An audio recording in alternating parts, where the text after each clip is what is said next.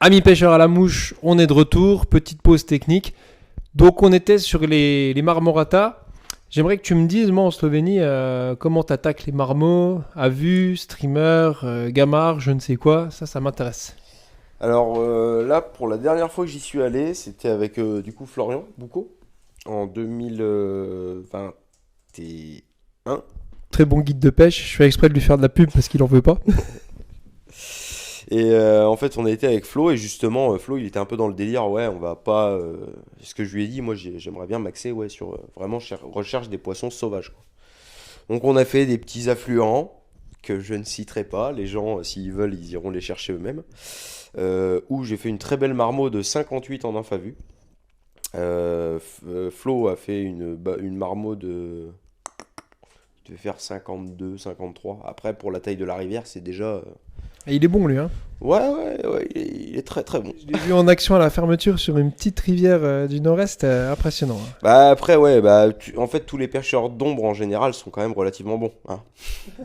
Que ce soit Cédric, même d'ailleurs un super pote, Julien Banholzer, qui d'ailleurs est devenu guide de pêche Ah ouais, lui en sur la termes Seine. de pêche d'ombre, Ouais, là, attention les stations. Là, il pêche. ouais, là il y a de l'interstellaire, hein. Quand je Ouais, vois les ombres qui ouais, sortent, bon il a la rivière qui va avec, mais il est bon, hein. ouais, mais attention, il n'y a pas que sur cette rivière-là qui se démerde, hein. Donc voilà, mais c'est vrai que tous les gars qui ont l'habitude, je pense, de pêcher les ombres, bah, sont en général très bons et très précis parce que l'ombre oblige les gens à être précis.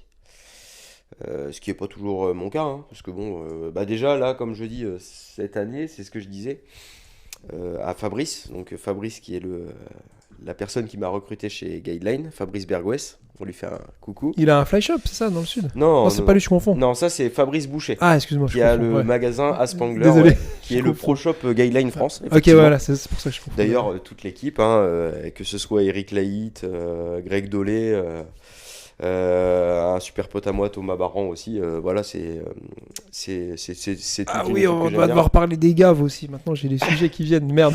Ouais, Trop de mais sujets. t'inquiète, après, bah ouais, je bouge beaucoup, moi, c'est Voilà. compliqué de m'axer sur une rivière, mais ouais, donc. C'est pour ça les marmottes. Donc toi, t'attaques grosse nymphe à vue, petite nymphe à vue, sèche. Comment t'attaques en Slovénie des marmots? Et bah là, en fait, on a fait principalement de la nymphe à vue, parce que bon, voilà, on y a été, c'était fin septembre, début octobre, parce que là-bas, ça ferme début novembre, je crois. Et du coup, d'ailleurs, on a été en Slovénie, et moi, après, je suis parti à la truite de mer pour faire la fermeture.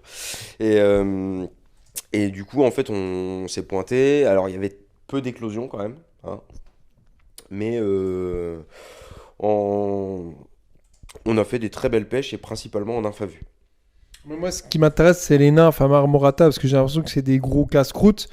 Pas forcément. J'ai l'impression que c'est des bons gros orange pot, des bons gros plécos. Non, Ah c'est bah pas. en fait c'est surtout que ça dépend parce que là tu vois par exemple dans les endroits où on était qui étaient très reculés etc. En fait c'est déjà les marmots qu'on pêchait c'était des poissons entre 30 et je te dis je crois que la plus grosse du séjour c'est moi qui l'a fait elle faisait 57 ou 58. Faudra le demander à Flo parce que Flo il est hyper carré hein, sur les tailles, il faut pas se tromper d'un centimètre, hein, donc, mais ouais, du coup c'est moi qui l'a fait sur la Socha et je l'ai fait en infavu avec une pheasant tail simple, tu vois, un hameçon de peut-être 14, tu vois, par contre, une grosse bouchée, mais Elles ouais. sont fuyantes comme des farios classiques ou elles sont plus en place ou elles sont lunatiques ou. Mais c'est particulier en fait la Socha parce que en fait bon de toute façon comme toutes les pêches à la mouche tu remontes la rivière mais en fait c'est vrai que quand tu arrives derrière les poissons comme l'eau est très très claire, tu les vois de très loin en fait. Donc Ah oui, c'est vrai. pour l'approche, Mm. c'est facile, tu Ouais, vois. en Slovénie, la clarté de l'eau, ouais, Hop. ça joue, ouais. Bah non, bah C'est en de la fait, vitelle qui coule, quoi. là pour le coup, et puis là, t'as des poissons qui se déplacent. Donc en fait, tu peux faire une nymphe à vue à 15 mètres. Le poisson, il va te faire un écart de 50 centimètres pour prendre la nymphe. À un moment donné, même à 15 mètres, hein, tu vois que le poisson, tac, il monte, il s'arrête. Bah, tu fais les trois quarts Voilà, du ça temps, c'est tout le la temps. réelle différence avec une fario Ouais, classique qui va ouais, mâchouiller. ouais, c'est ça. Donc, et puis bon, des très bonnes combattantes. Surtout dans ces petites rivières là, j'en ai pris une là, ouais, de 53, 54 je crois. Et dans cette petite rivière là, elle m'a fait dévaler et tout. Même à un moment, Flo il me dit ah t'es mort, t'es mort, tu vas te faire éclater. Je me suis éclaté la tronche dans les rochers, je m'étais pété le tibia. tu sais, bah, quand tu tapes contre les rochers, le waders il a rien, mais par contre à l'intérieur, la peau elle a craqué. Et comparé à toi qui pêches tous les salmonidés, les huchons, truites de mer, toutes les puissances, une marmot, comparé à une belle Fario trophée française, c'est moins rapide, plus lourd, ça se fatigue plus vite, c'est encore différent, quoi. Alors, j'ai jamais pris de grosses marmots. Tu vois, je suis arrêté à 57 ou 58, là, comme je te dis. Mais celle-là, elle m'a fait dévaler 100 mètres de rivière. Parce qu'en plus, je l'ai prise dans un endroit où c'était des rapides, entre les blocs et tout. Et elle s'est mise à dévaler entre les blocs. Et moi, je courais en sautant de bloc en bloc pour la suivre, tu vois. C'était vraiment un bordel. Mario Bros, quoi. Ah ouais, limite ça, ouais. Donc c'est... Après, en fait, je commence, je pense, à avoir pris un paquet de gros poissons. Et en fait, finalement, les gros poissons, c'est pas ceux qui font les plus gros combats. Tu vois, même sur les truites de mer, j'ai pris des truites de mer jusqu'à 76 cm. Et bah, celles qui te déboîtent, c'est celles qui font 65, 60, 67, 68. Au-delà, en fait, c'est des grosses cocottes. C'est les rapports poids-puissance, ouais. les Formule 1 les mieux taillés ça. qui te défoncent, quoi. Ouais, c'est ça. Parce que même chez nous, finalement, tu vois, j'ai pris des poissons de 60, 70 sur la rivière d'Ain, sur la basse rivière d'Ain. Un beau jour d'ouverture, là, je revenais du Danemark, de la pêche en pêche d'hiver costale pour les truites de mer, où j'ai pris une sacrée douille d'ailleurs, hein, 2 poissons dans la semaine, ça me fait pas beaucoup. Enfin 3, mais il y en avait une que je considère pas maillée, tu vois, un poisson qui faisait 30 cm en mer, bon, voilà. Et sur la rivière d'Ain, ouverture, à un moment donné, je vois un gobage au milieu d'un banc de barbeaux, tu vois. Et, Ça, c'est bon, ça. et en fait, je vois un barbeau sauter. Et en fait, j'avais repéré un truc. Je dis, putain, je dis ça, si c'est un gobage, enfin, je dis, je pense que c'est un gobage. Si c'est une truite, elle est énorme. Et là, après, je vois un barbeau sauter. Mais je sais que sur la basse rivière d'Ain, les grosses truites, elles se mettent dans les bancs de barbeaux. Elle se Et, camoufle bien là-dedans. ouais, et en fait, je vois encore un ou deux barbeaux sauter, donc je repère à peu près où est le banc. Et j'ai fait un posé. Mais vraiment dans le doute, un posé en sèche avec une petite olive à Nico Germain d'ailleurs, en taille 16 ou 18. Plouc, tac, 70. Putain, ouais, ça, c'est incroyable. Tu Ouais. nous passeras la photo de ça. Ouais. Bon, c'est bien, si t'enchaînes sur les grosses truites violentes, bah du coup, on va faire la transition sur un de tes sujets de cœur qui m'intéresse beaucoup. Donc, c'est vraiment la truite de mer en France, sur la grande partie nord, comme tu bouges beaucoup. Donc, comment tu l'as appréhendé cette pêche? T'es quand même très connu pour ça en France, à la mouche, c'est quand même assez rare. Donc, t'es arrivé là-haut déjà avec un gros niveau sur la truite de mer, t'as appris, t'as regardé, c'est du migrateur. Comment tu pêches tout ça, ces espèces de shoal stream, ces rivières incroyables Alors, pour la petite anecdote, alors bon, je sais pas si je suis très connu pour ça, parce qu'en fait, déjà, j'en parle pas beaucoup. En général, c'est un sujet, tu sais, voilà, des rivières à truites de mer, il y en a quand même quelques-unes. C'est Mais vrai bon, que c'est un sujet qu'on garde assez discret. ouais, on essaye de garder ça discret. Donc j'en parle et je ne citerai aucune rivière. T'as raison, je te comprends. Mais du coup, en fait, c'est mon pote Jérôme Nguyen, un très très bon ami qui un jour publie une photo de truite de mer et je dis putain, mais je dis moi il m'en faut une aussi quoi. Parce que moi, en fait, moi mon objectif dans la vie, dans ma vie de pêcheur, c'est en fait d'avoir pris toutes les espèces qui me plaisent à la mouche en fait. Un jour peut-être le dorado si je suis milliardaire, tu vois. Si j'ai Ouais, de t'es un l'argent. collectionneur de Pokémon, toi. Ouais, c'est ça, exactement. Moi, j'ai envie Les faut tous. les j'ai plus envie rares. d'agrandir le Pokédex. Tu Ouais, vois. des machires en Inde, Ouais. des carangues, ouais.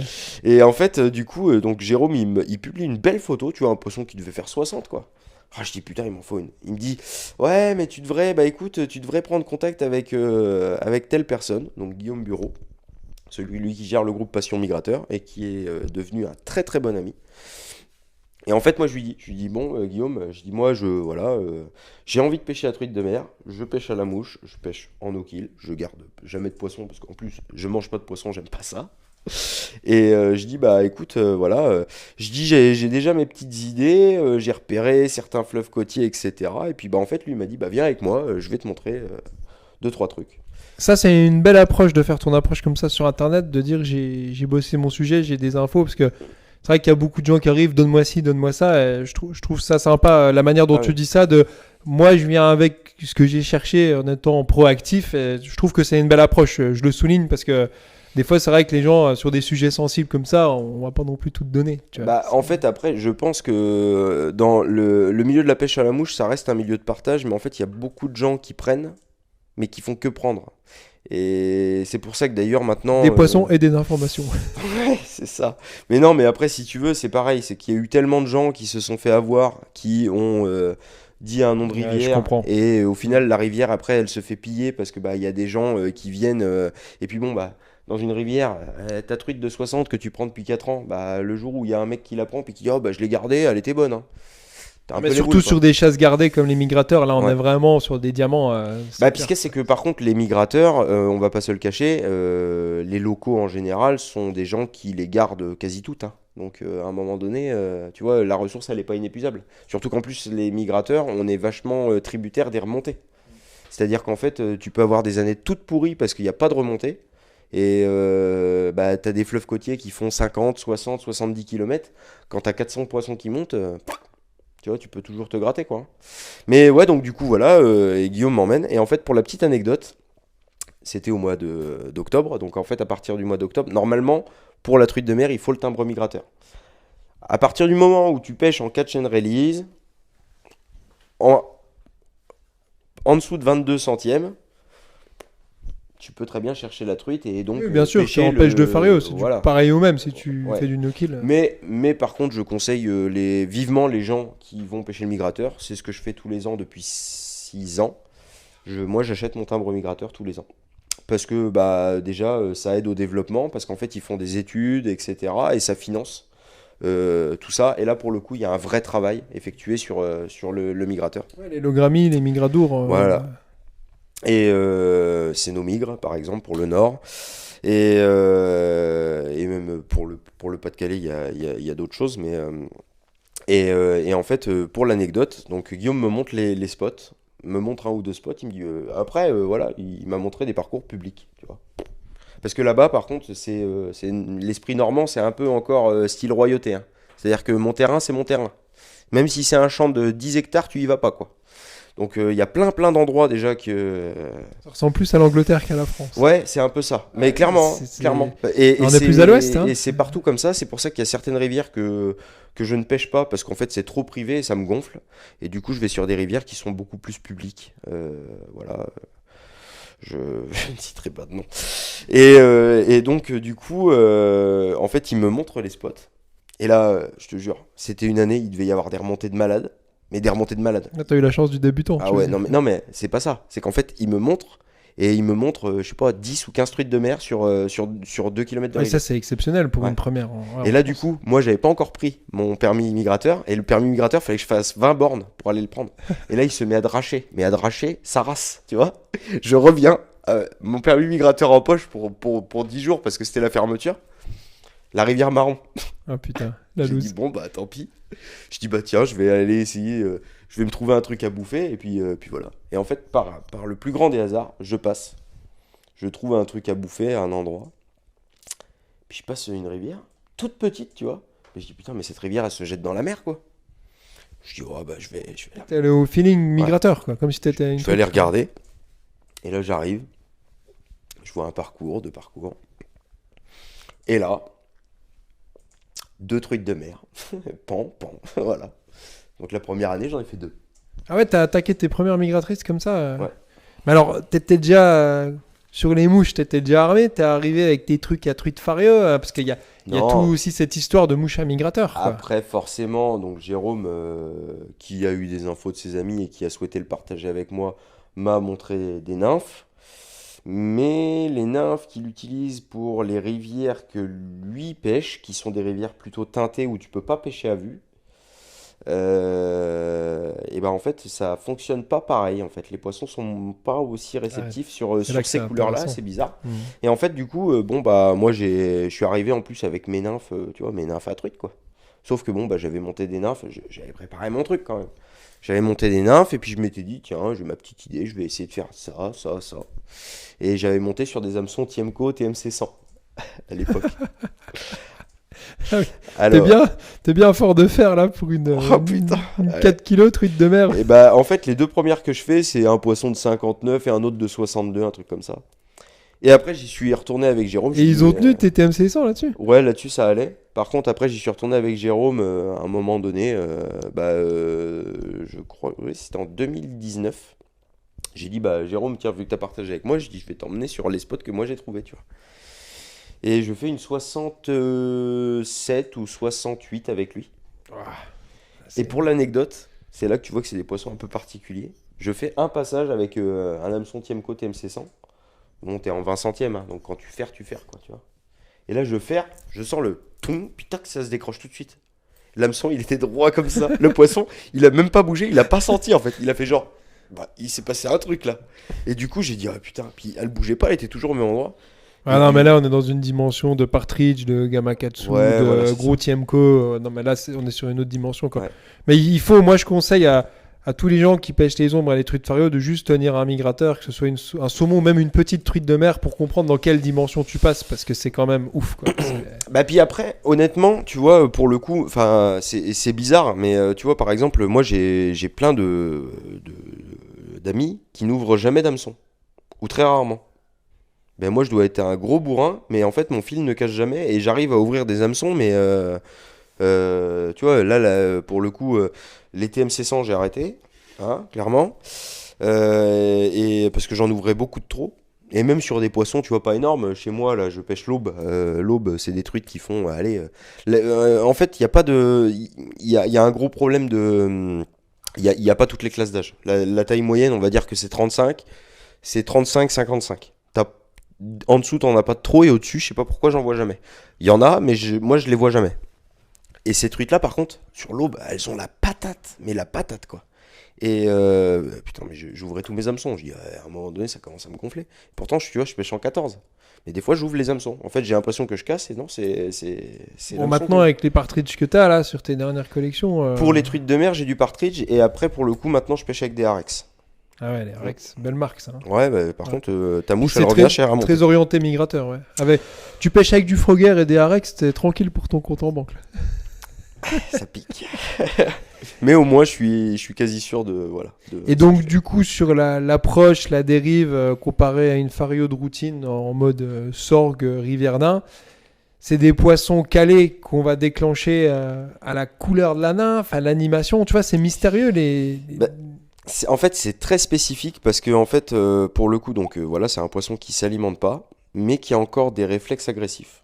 Et d'ailleurs, c'est pour ça que les mecs les pêchent principalement la nuit. La truite de mer, quand on a le permis migrateur, on peut pêcher jusqu'à 2 heures après le coucher du soleil. Moi, j'aime pas la pêche de nuit parce qu'en fait, la pêche à vue de nuit. Non, mais même pas. C'est que juste, je l'ai fait. Hein. J'ai touché des très gros poissons la nuit. D'ailleurs, j'en ai perdu un. Je pense que j'ai perdu la truite de mer record qui devait faire, je pense, pas loin de 90, tu vois.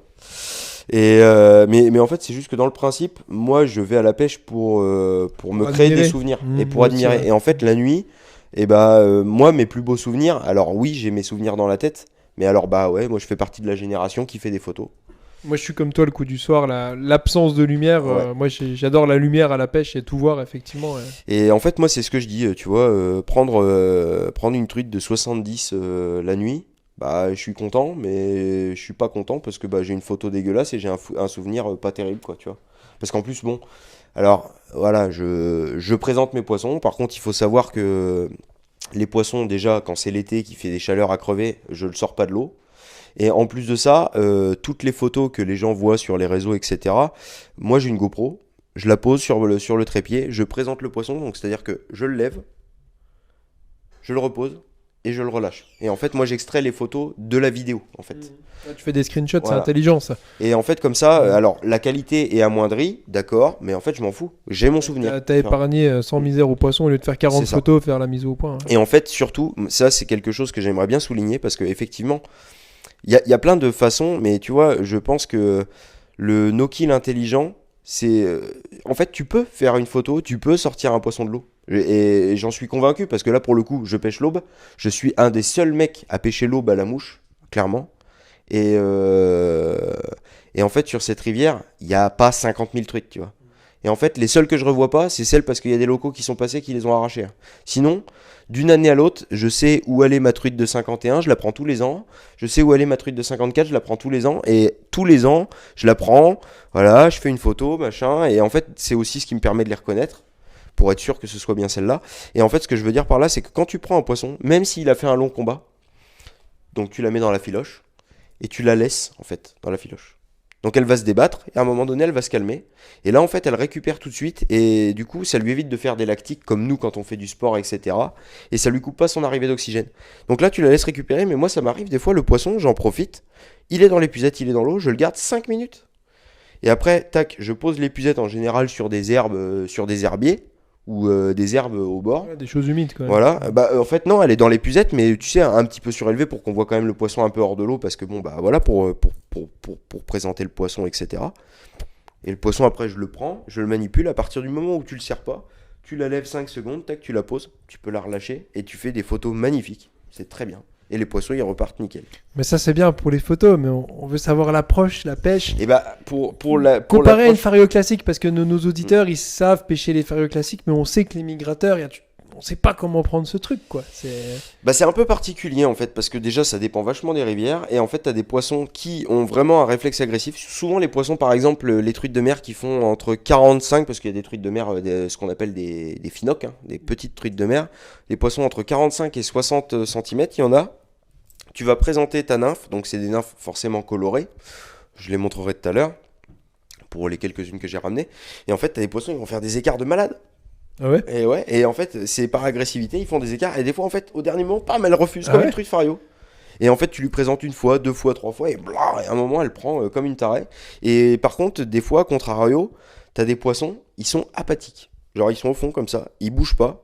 Et là, en fait, la technique, c'est de leur mettre, de leur emmener devant la gueule, limite que la nymphe les touche, et en fait, quand la nymphe les touche, ça les dérange, et hop, elles prennent. Ah ouais. Non, mais c'est bien que tu l'avoues qu'il y a une vraie technique d'énervement, Ah oui, parce oui. que c'est des migrateurs. Non, mais voilà, il faut le dire honnêtement, parce que la fario de rivière qui est branchée sur une éclosion, c'est totalement différent. Là, t'es sûr dans son cerveau, c'est Mm. pas pareil, c'est un migrateur, quoi. Ah ouais, non, mais c'est vraiment une pêche, c'est pareil, je pense que c'est un peu comme toutes ces pêches que j'aime faire, c'est pas des pêches qui sont faites pour tout le monde, parce que c'est dur pour le mental, et en fait, limite, tu perds en niveau de pêche, en fait, parce que du coup, t'attaques Ah pas, ouais. t'attaques Ouais, c'est pas 50 intéressant, poissons ça. dans la Ouais, journée, et puis du coup, tu pêches en 20 centièmes, tu pêches avec des nymphes hyper lourdes, parce que là-bas, les rivières, en fait, elles sont souvent très profondes. Une espèce de chowl stream. là. Ouais, c'est des shows Mhm. extrêmes quoi. Et en fait, c'est des rivières qui sont profondes avec un courant qui crache. Tu pêches en billes de 3, 8, 4, 4, 5, 5, tu vois. Pour vraiment que ça coule, parce qu'en fait, là, pour le coup, tu poses 50 cm devant le poisson, et puis en fait, faut pas qu'il ait trop le temps d'analyser, quoi. Faut que ça déclenche l'agressivité, tu vois. Le poisson, il voit le truc, il fait ah putain, allez hop, j'y vais, quoi. Et t'en vois des fois qui s'alimentent clairement ou c'est rare? Tu vois jamais un poisson s'alimenter. C'est vrai? Jamais. Ah, tu verras jamais une Non. truite de mer comme ça qui se gave dans, je Jamais. sais pas. C'est pour ça. Peut-être la nuit, il peut y avoir un réflexe de chasse. C'est pour ça, là, les mecs, là, quand ils les pêchent au rapala ou à la mouche, après, des mecs qui pêchent à la mouche, il y a Thierry Willem qui fait ça sur une de ses rivières. Et du coup, oui, en fait, à la mouche, là, tu prends vraiment, tu pêches en noyer, soit avec des streamers, soit avec des intruders, là, comme j'ai, ou des Sunray Shadow, des mouches à saumon, quoi, tu vois. Et tu les fais prendre par réflexe d'agressivité. Mais là, pour le coup, c'est vraiment le poisson, il vient chercher. Et donc, après, sur le matos, là, on est catégorie au-dessus des pêches classiques. Donc, c'est quoi 9 pieds soit 6, 7, 8? Raconte-nous voir un peu ton matos à truite de mer, là. Alors avant, j'ai commencé en SWAT 7. Et en fait, la SWAT 7, tu mets trop de pression. Par contre, la truite de mer, c'est un poisson, dès qu'elle sent la pression, elle devient débile. Mais puis là, tu prends des rushs de l'espace, et la SWAT 7, c'est un peu trop raide, du coup. Et des fois, enfin, c'est mon ressenti, hein. Ouais, ouais. Mais moi, je suis très très fan de la SWAT 6. Parce qu'en plus, la SWAT 6, ça te permet de mettre une vraie pression dessus. Tu vois, là, je pêche avec les NT11. Les guidelines NT11 en SWAT 6, quand tu arrives. Enfin voilà, quand tu bandes la canne complet là, et puis que tu es en train de brider un poisson, en fait, tu peux mettre une pression énorme. Ouais, il te reste une réserve d'élasticité que t'as pas sur une SWAT 7 qui Et c'est ça. Et en fait, même en mettant une pression énorme, le poisson, si tu veux, il est moins dérangé qu'avec une SWAT 7 qui va être hyper directive. Il y a des mecs qui pêchent en SWAT 8.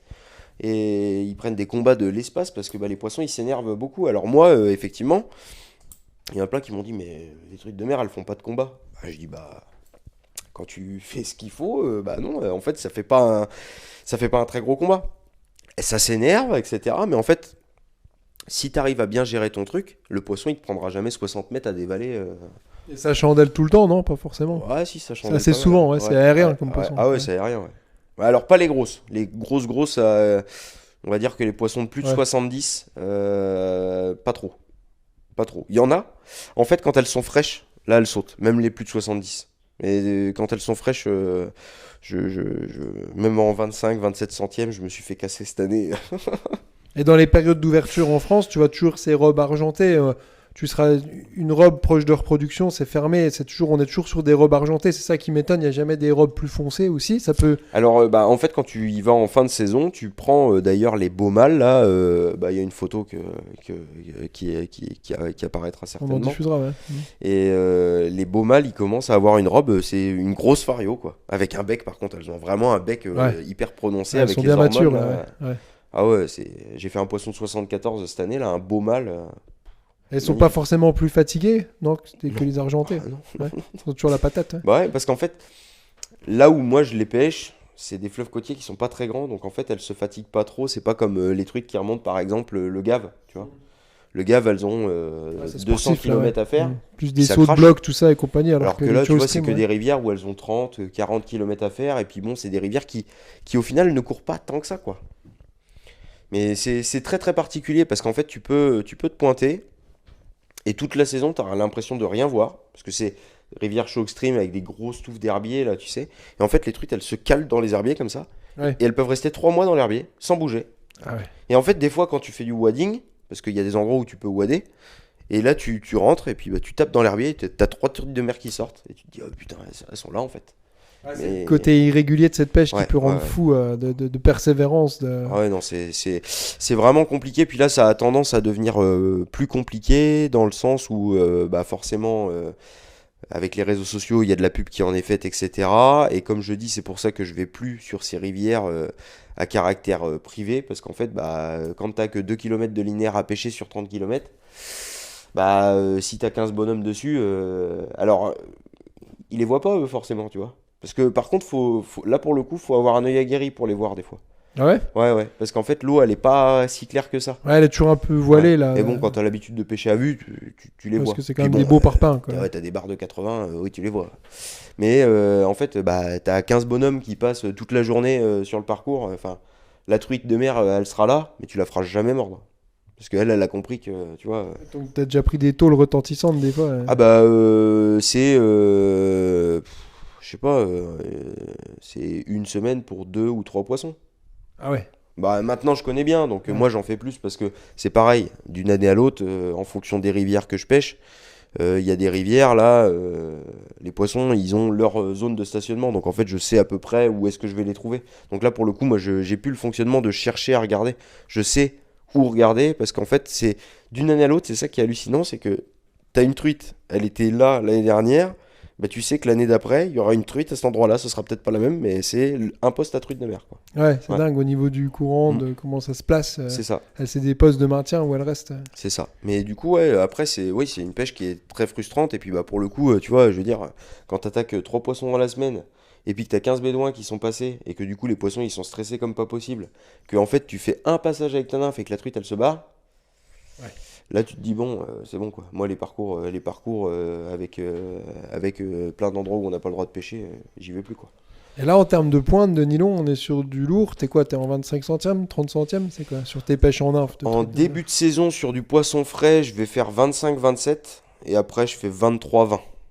Ah ouais, 20. Ouais.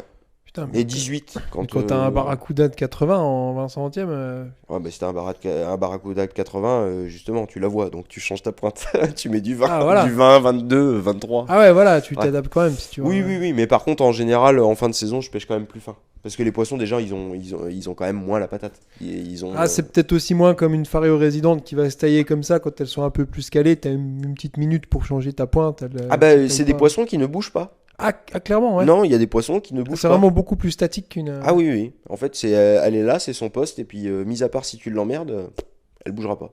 Et t'en vois monter clairement des fois la journée ou Ouais. elles montent la nuit? Donc, Non, tu les vois. des fois, t'en vois, elles sont en face de montaison, tu peux leur mettre ce que tu veux, elles en ont rien à foutre. Faut que je monte.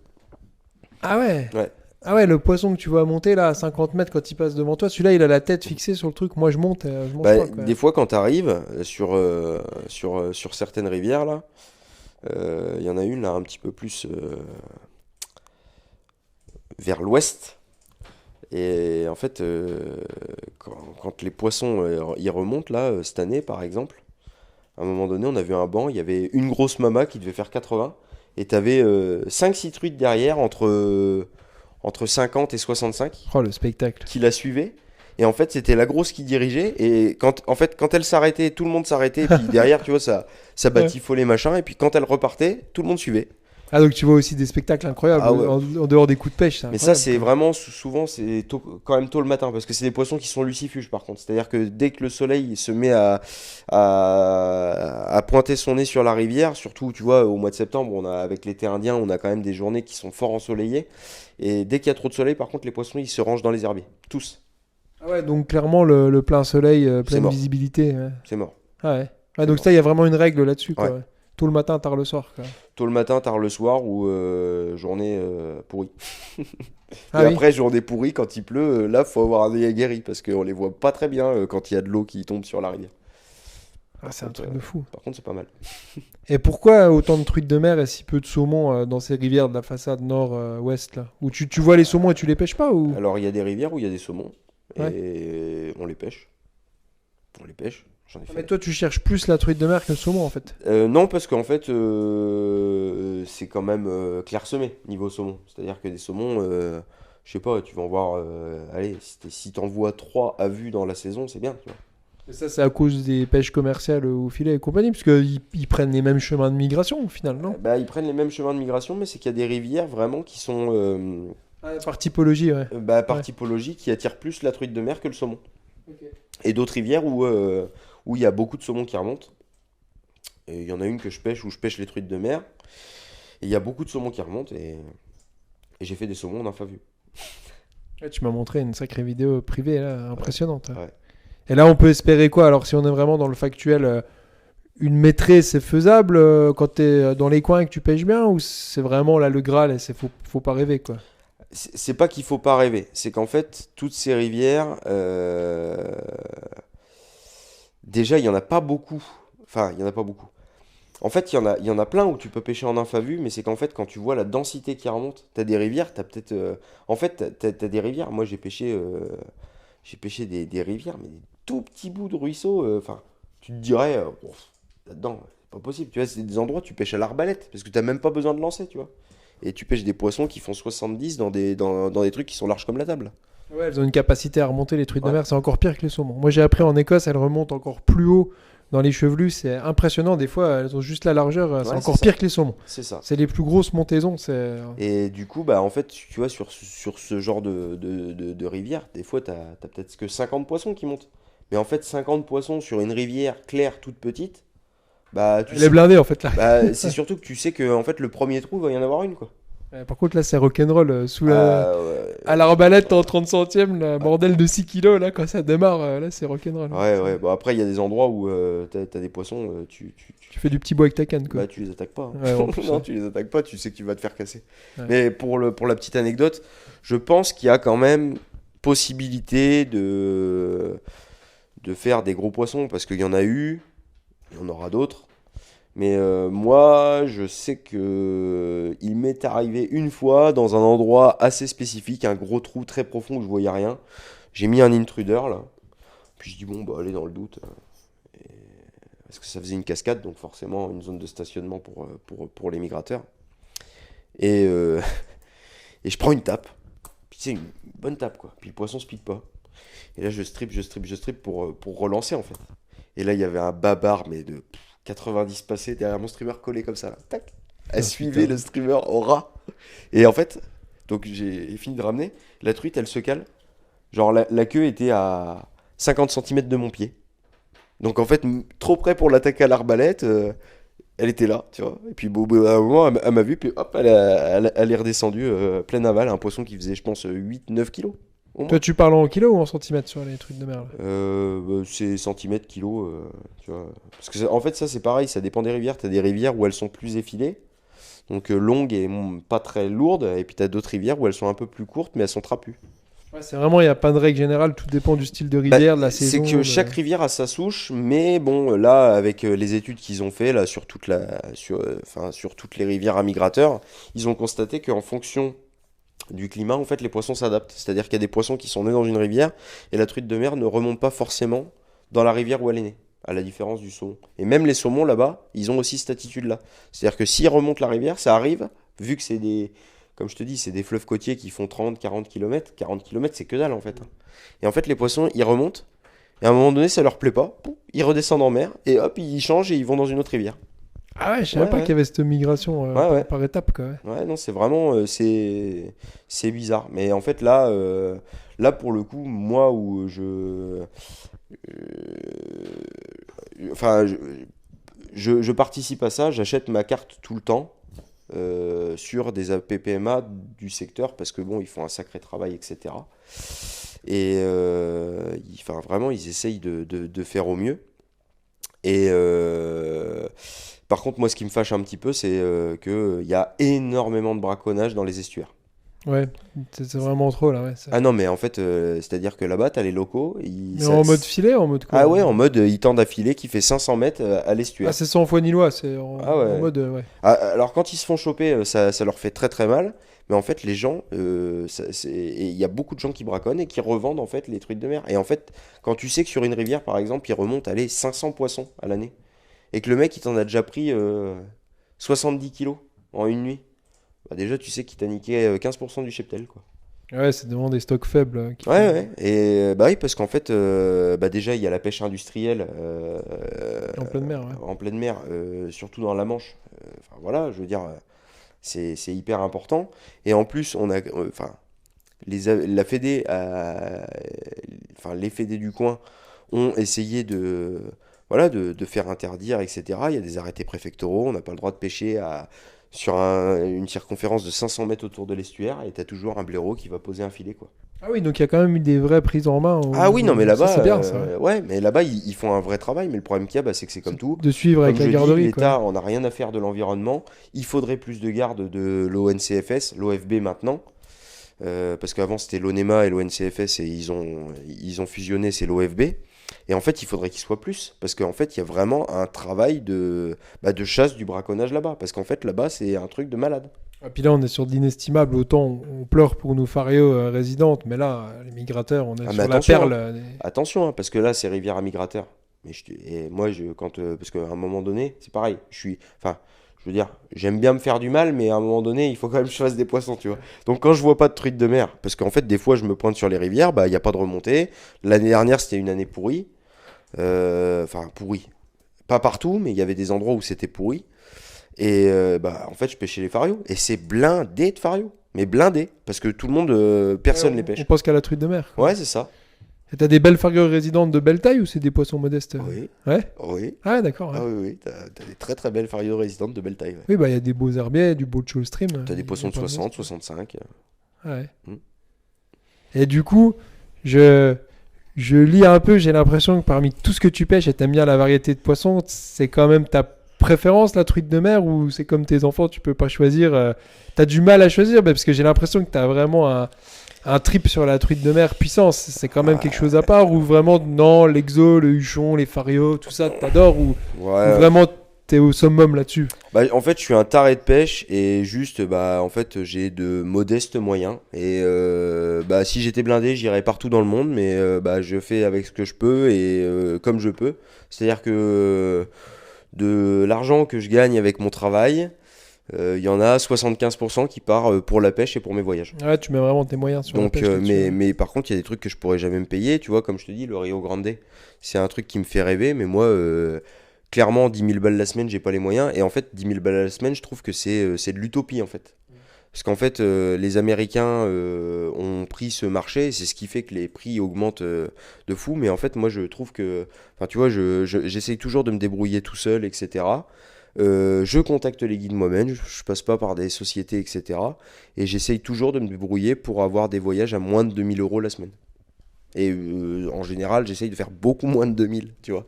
Après, ça relève quand même du rêve, ce que tu fais en France sur les migrateurs. Vraiment, honnêtement, quand je vois les Tchoul Stream, la qualité des poissons, je sais que c'est pas énorme, et t'as l'honnêteté de le dire que c'est très peu de poissons, mais sur le territoire français, quand t'es pêcheur à la mouche, nous, ça nous fait tous un peu fantasmer, tu vois, des pêcheurs. Bon, moi, j'ai eu la chance de le faire en Écosse, en Alaska, mais t'es dans une autre dimension technique qui est beaucoup plus facile. Mais ces Tchoul Stream, c'est quand même des milieux incroyables, quoi. Tu vois, ces trucs-là, c'est... Waouh, en France, t'es quand même sur le très haut du panier. Enfin, et on voit aussi que c'est chasse gardée. Hein. Quand on parle dans le milieu de la mouche, on le sent bien que les migrateurs, les Farios de la Loue, la Sorgue, on peut trouver des infos. Mais là, c'est quand même la pépite. Oui, c'est la pépite. Mais après, même je pense que tu vois, c'est pour ça d'ailleurs que, parce qu'en fait, je respecte aussi beaucoup les locaux. Enfin, tu vois, ils ont leur spot, etc. Il y a des mecs qui sont très respectueux, et c'est pour ça que je ne donnerai jamais de nom de rivière, parce qu'en fait, à un moment donné, je pense que ce genre de truc, c'est pas le bouche à oreille. C'est à un moment donné, C'est de la transmission honnête, quoi. Celui qui veut y aller, entre guillemets, il se sort les doigts, il doit faire son chemin, ouais, ça fait partie. Il se déplace, et après, si jamais il rencontre un mec sur place et que au final le mec le sent bien, le mec lui partagera ses trucs. Ou alors le mec va découvrir tout seul, hein, parce qu'au final, moi, Guillaume m'a emmené. Alors, il m'a montré qu'il y avait des truites de mer, et en fait, j'ai pas du tout fait mes truites de mer sur une rivière qu'il a l'habitude de pêcher. Moi, je suis 1000 fois d'accord avec toi, mais comme j'opère beaucoup sur Internet, malheureusement, je suis cynique, mais tôt ou tard, avec le levier de l'Internet, tous ces spots seront révélés. Et je suis désolé d'être cynique, et tu as raison de ne pas le dire, mais tellement ça a de puissance, l'Internet, que même si tu ne le dis pas, malheureusement, quelqu'un le dira pour toi. Je suis désolé d'être cynique, mais à plus ou moins 2-3 ans maintenant avec Google, et avec l'éducation des gens qui sont un peu plus âgés que nous, sans critiquer, maintenant ils savent utiliser Google Maps, ils savent utiliser Géoportail. Et là, on est sur, dans 5 ans, tout aurait été vu par l'œil du radar. Donc, Après, en fait, je vais être honnête, de toute façon, effectivement, avec les réseaux sociaux, tu vois, en plus, alors moi, je suis pas la génération réseaux sociaux, je suis la génération un peu avant. Enfin, moi, tu vois, Facebook, ça a été créé en 2009, Instagram, pareil. Moi, je suis comme toi, j'ai connu les blogs, Gobage, voilà. Bouche.fr. Et en fait, avant, c'était vraiment une société de partage, etc. Et comme je te dis, maintenant, c'est des gens, en fait, ils veulent tout avoir et rien payer, en fait. Sauf qu'en fait, le partage, tu vois, il y a des gens, ils viennent t'envoyer un message sur Messenger. Ah, putain, je voudrais savoir où tu pêches. Mais en fait, tu vois, des fois, de se rencontrer. Alors, tu vois, pour le coup, c'est bizarre parce que, tu vois, je suis pas quelqu'un de très sociable à la base. Tu vois, avec mon boulot, je me force beaucoup à être sociable avec des gens qui le méritent pas forcément, tu vois. Et en fait, je suis pas très sociable. Par contre, dans le milieu de la pêche, enfin, tu vois, je veux dire, c'est la passion et en fait, c'est ce qui nous réunit. Et du coup, c'est vrai que ces gens qui viennent te voir sur Messenger, etc. Moi, je suis vraiment pour vas-y, on va boire une bière ensemble, on discute, tu vois. Et moi, le mec qui vient me demander des trucs et puis, tu vois, qui veut même pas partager un moment avec moi, en fait, je vois pas pourquoi je lui partagerais mes spots, tu vois. Ah, mais parce que l'Internet, il a cassé le vrai lien humain de transmission qui est c'est aussi cette base dans la pêche à la mouche. Et moi, j'essaye de le faire avec Parole de Moucheur en propageant ça à des millions de personnes. Enfin, des milliers, des centaines, bref. Mais c'est vrai qu'on est trop vieux pour avoir connu l'époque où ça se transmettait de la bouche à l'oreille. Et on est sur cette génération transitionnelle où quand on a commencé dans les années 2000, début 2000-2002, c'était juste des blogs, ça se passait des fois en message privé parce qu'on s'est rencontrés. C'est ça. Et ça a pris une accélération et c'est ce que tu dis, tout de suite maintenant, quoi. Mm. Et je vais même aller plus loin, je vais te dire un truc qui me fait peur, et ça je peux le dire, il n'y a pas de problème. Je parlais avec le président de l'association à Bar-le-Duc sur l'Ornain, on peut le dire, qui m'a dit maintenant il y a les jeunes pêcheurs Instagram qui savent même plus en fait qu'une truite ça se reproduit quasiment. Ils ont même pas cette image-là. En gros, une truite c'est une poupée que tu vas prendre en photo, et je trouve que c'est abyssal parce qu'ils ont même perdu la compréhension de la nature. C'est-à-dire ils vont sur un no-kill ou pas un no-kill, ils balancent le leurre ou la mouche ou le streamer au mois de janvier. Et le pire, c'est qu'ils ont même pas la conscience. À la limite, le viandard qui va saccager une frayère, il se dit ah fais chier, c'est une frayère, mais je m'en fous. Au moins, il a la conscience, tu vois. Mais maintenant, là, les plus jeunes, la génération, je sais pas quoi, là, Y, je fais mon vieux con, je suis désolé, mais moi, ce qui me fait peur, c'est abyssal, c'est qu'ils savent même plus qu'une truite, c'est un cycle de reproduction, qu'ils savent même plus ce que c'est un trichoptère, ce que c'est un verron. Ils veulent une photo Instagram avec une grosse truite, et là, c'est de la crétinisation écologique. C'est au niveau, enfin, c'est flippant, quoi. Alors, je suis plus ou moins d'accord avec toi parce qu'en fait, il y a des gens qui en fait ne sont pas informés, effectivement. Mais par contre, il y a des gens qui sont très bien informés et il y a, je trouve même beaucoup de jeunes qui veulent pratiquer de la pêche en no-kill. à la différence de gens de ma génération et un peu plus vieux que nous, qui eux, vont à la pêche pour bouffer du poisson. Après, ça reste la base de la chose. Et au final, on pourrait nous dire, enfin, tu vois, dans ces sociétés un peu, tu vois, écolo, enfin, bobo écolo, parce que, tu sais, les écolos, c'est que les gens des villes, alors ça me fait rigoler aussi. Mais les gens qui te disent que, genre, tu fais souffrir un poisson, mais en fait, s'il n'y a pas de pêcheurs, tous les poissons, ils crèvent, en fait, parce que c'est les pêcheurs qui remarquent les pollutions, Ah ouais, là, les c'est trucs, tout un autre etc. débat. Bah, c'est nous qu'on a les pieds dans l'eau avec les waders. Si tu vois le Voilà. tuyau qui coule. C'est ça. Et en fait, après, bon, effectivement, alors oui, c'est un plaisir peut-être sadique, et il faut l'avouer. Mais tu vois, bah, à un moment donné, à partir du moment où on est au clair avec ça, bah, enfin, moi, je suis au clair avec ça. Et moi, en fait, je pourrais pas m'en passer. Et tu vois, il y a que dans ces pays, enfin, tu vois, je veux dire, en France, en Europe, où en fait, la pêche, elle est pas trop démocratisée, tu vois. Et aux États-Unis. J'aimerais bien voir un écolo aller dire à un mec qui fait du catch and release que ce qu'il fait c'est de la merde. Ah, on est sur des libertés culturelles. Tu sais, moi, des fois, je vois sur Arte, parce que je suis un bobo écolo aussi, je vois des reportages sur la corrida, à quel point on en est. Je suis pas intéressé par la corrida, mais je regarde le phénomène qui est en miroir avec la pêche à la mouche. Et ça se trouve, dans 5 ans sur Arte, il y aura plein d'émissions sur le fait que la mouche, ça fait souffrir les poissons. Parce que si on pressurise comme ça la corrida, pour quelqu'un qui analyse la chose, c'est la même souffrance. Donc, on est des fois à deux doigts à Paris quand tu vois une manif qui dit qu'il faut arrêter la pêche. Peut-être dans 5-10 ans, on sera sur un truc qui nous dépasse avec. Et des fois, on n'en est pas loin. Quoi, parce que c'est vrai que si tu analyses simplement logiquement, le poisson il souffre. Bah, tu lui plantes un harpon dans la bouche. Si tu prends cette analyse-là pure et dure avec des gens qui pêchent pas, moi je la conçois, tu vois. Au moins à la chasse, vous les tuez. Ça, c'est un débat. C'est dur parce Bah, en qu'ils fait- ont pas tort, mais. Ouais, mais en fait, si tu veux, c'est un débat générationnel. C'est mon point de vue, j'ai un avis Ah très non, arrêté mais là-dessus. ça m'intéresse. Mais tu vois, enfin, je veux bien à un moment donné la liberté d'expression, le machin, le truc. Mais enfin, il y a des limites, quoi, tu vois. Ouais, Moi, mais je non, trouve mais. je trouve que en fait, il y a la société en général se gangrénise et en fait, tu vois, il y a 50 ans, on n'allait pas se poser de problème parce qu'il y a 50 ans, il y avait déjà des mecs qui faisaient du catch and release et puis on leur disait rien, quoi, tu vois. Alors les gens comprenaient pas trop parce qu'ils disaient ouais, pourquoi tu le manges pas, etc.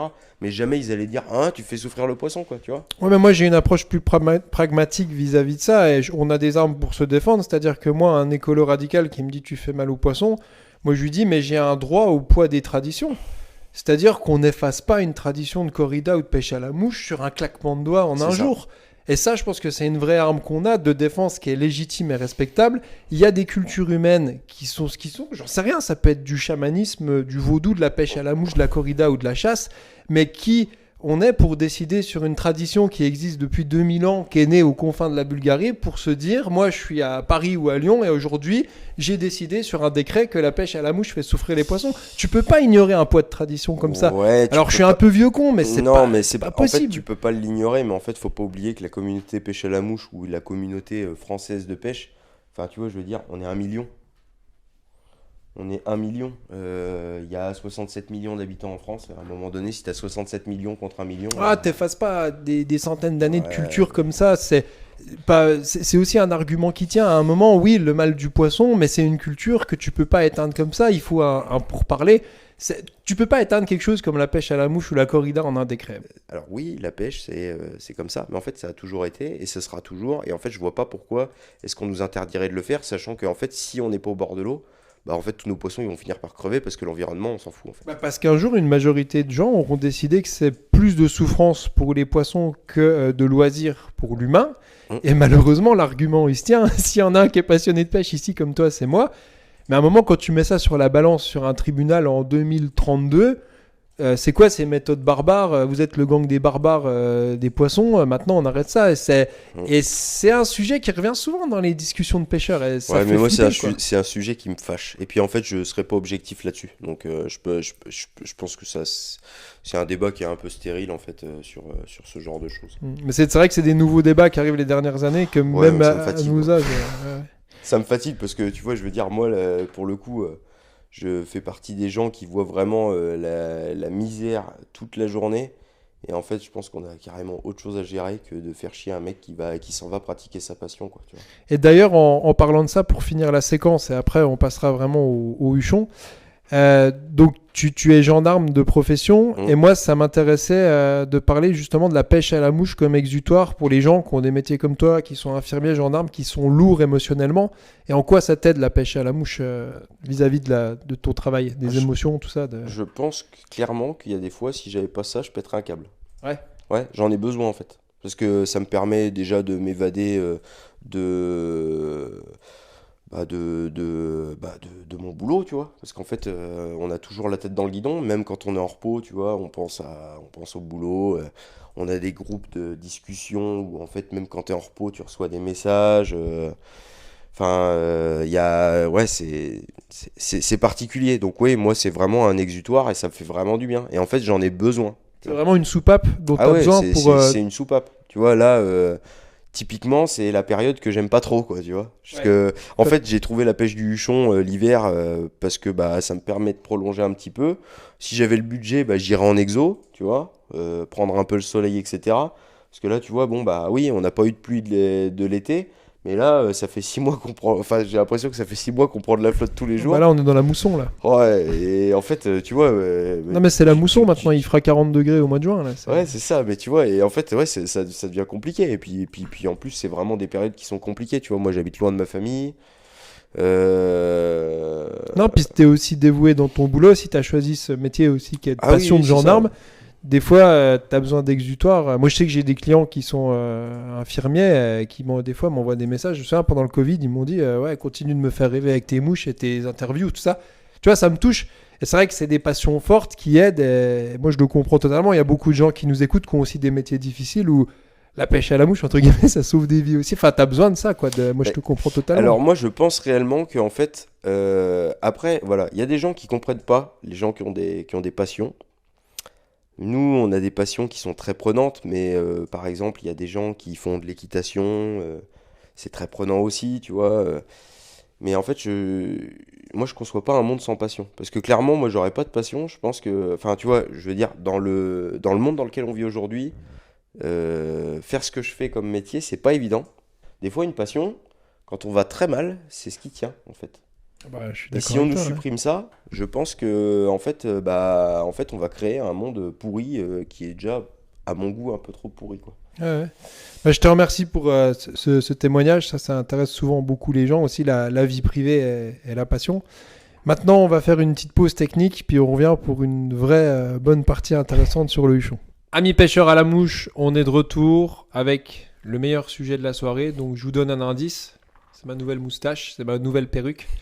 Je plaisante. François, donc on va afficher la photo. Ton dernier record, c'est ça. Ça apparaît devant vous. Donc le maître de la rivière, Hucho, le huchon slovène. Bah raconte-nous tout, cette pêche incroyable, comment tu y es venu. C'est incroyable quoi. Et c'est toujours cette histoire de Pokédex, tu vois. Ah là c'est un Pokémon, celui-là il vaut cher, hein, le huchon. Tu vois, c'est le Pokémon légendaire. Ah ouais, celui-là ouais, c'est le rare. J'ai voulu l'ajouter en fait à mon truc, ça m'est prêt, mais tu sais, c'est un peu comme tout le temps avec moi la pêche. C'est genre, il y a une idée qui me prend. Si j'ai le budget, tu vois, c'est le moment, je me casse. Et puis je vais. Mais t'en En rêvais fait, depuis que t'étais gosse ou t'as eu un déclic de quelqu'un? Non, c'était l'année dernière. Tu Ouais. vois. L'année dernière, j'ai dit, faut que j'aille pêcher le huchon. Enfin, c'était en 2022 du coup. Et du coup, bon, bah voilà, j'ai pris contact avec un guide. J'avais déjà un pote à moi qui y était parti.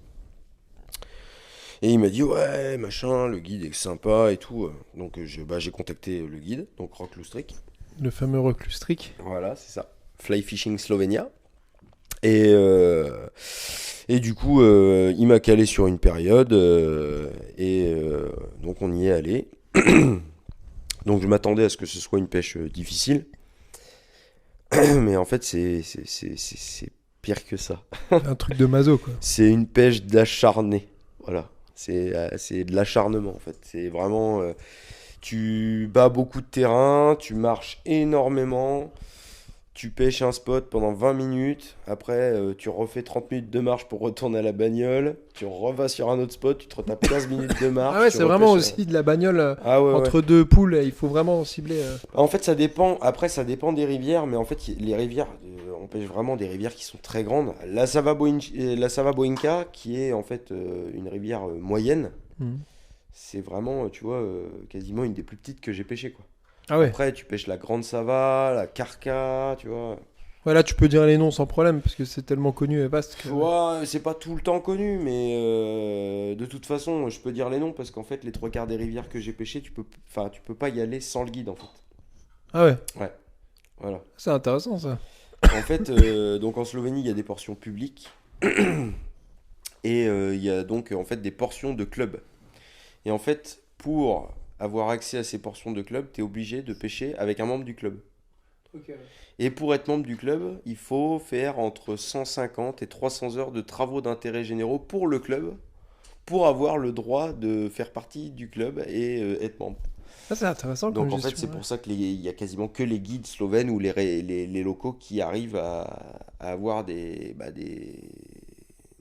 parts, ouais, ouais, qui arrivent à être membres de club en fait. Ouais. Donc voilà, puis c'est qu'en fait tu pêches des portions de rivière, tu vois, par exemple sur la Grande Sava, tu as une portion de rivière, elle fait 23 km quoi.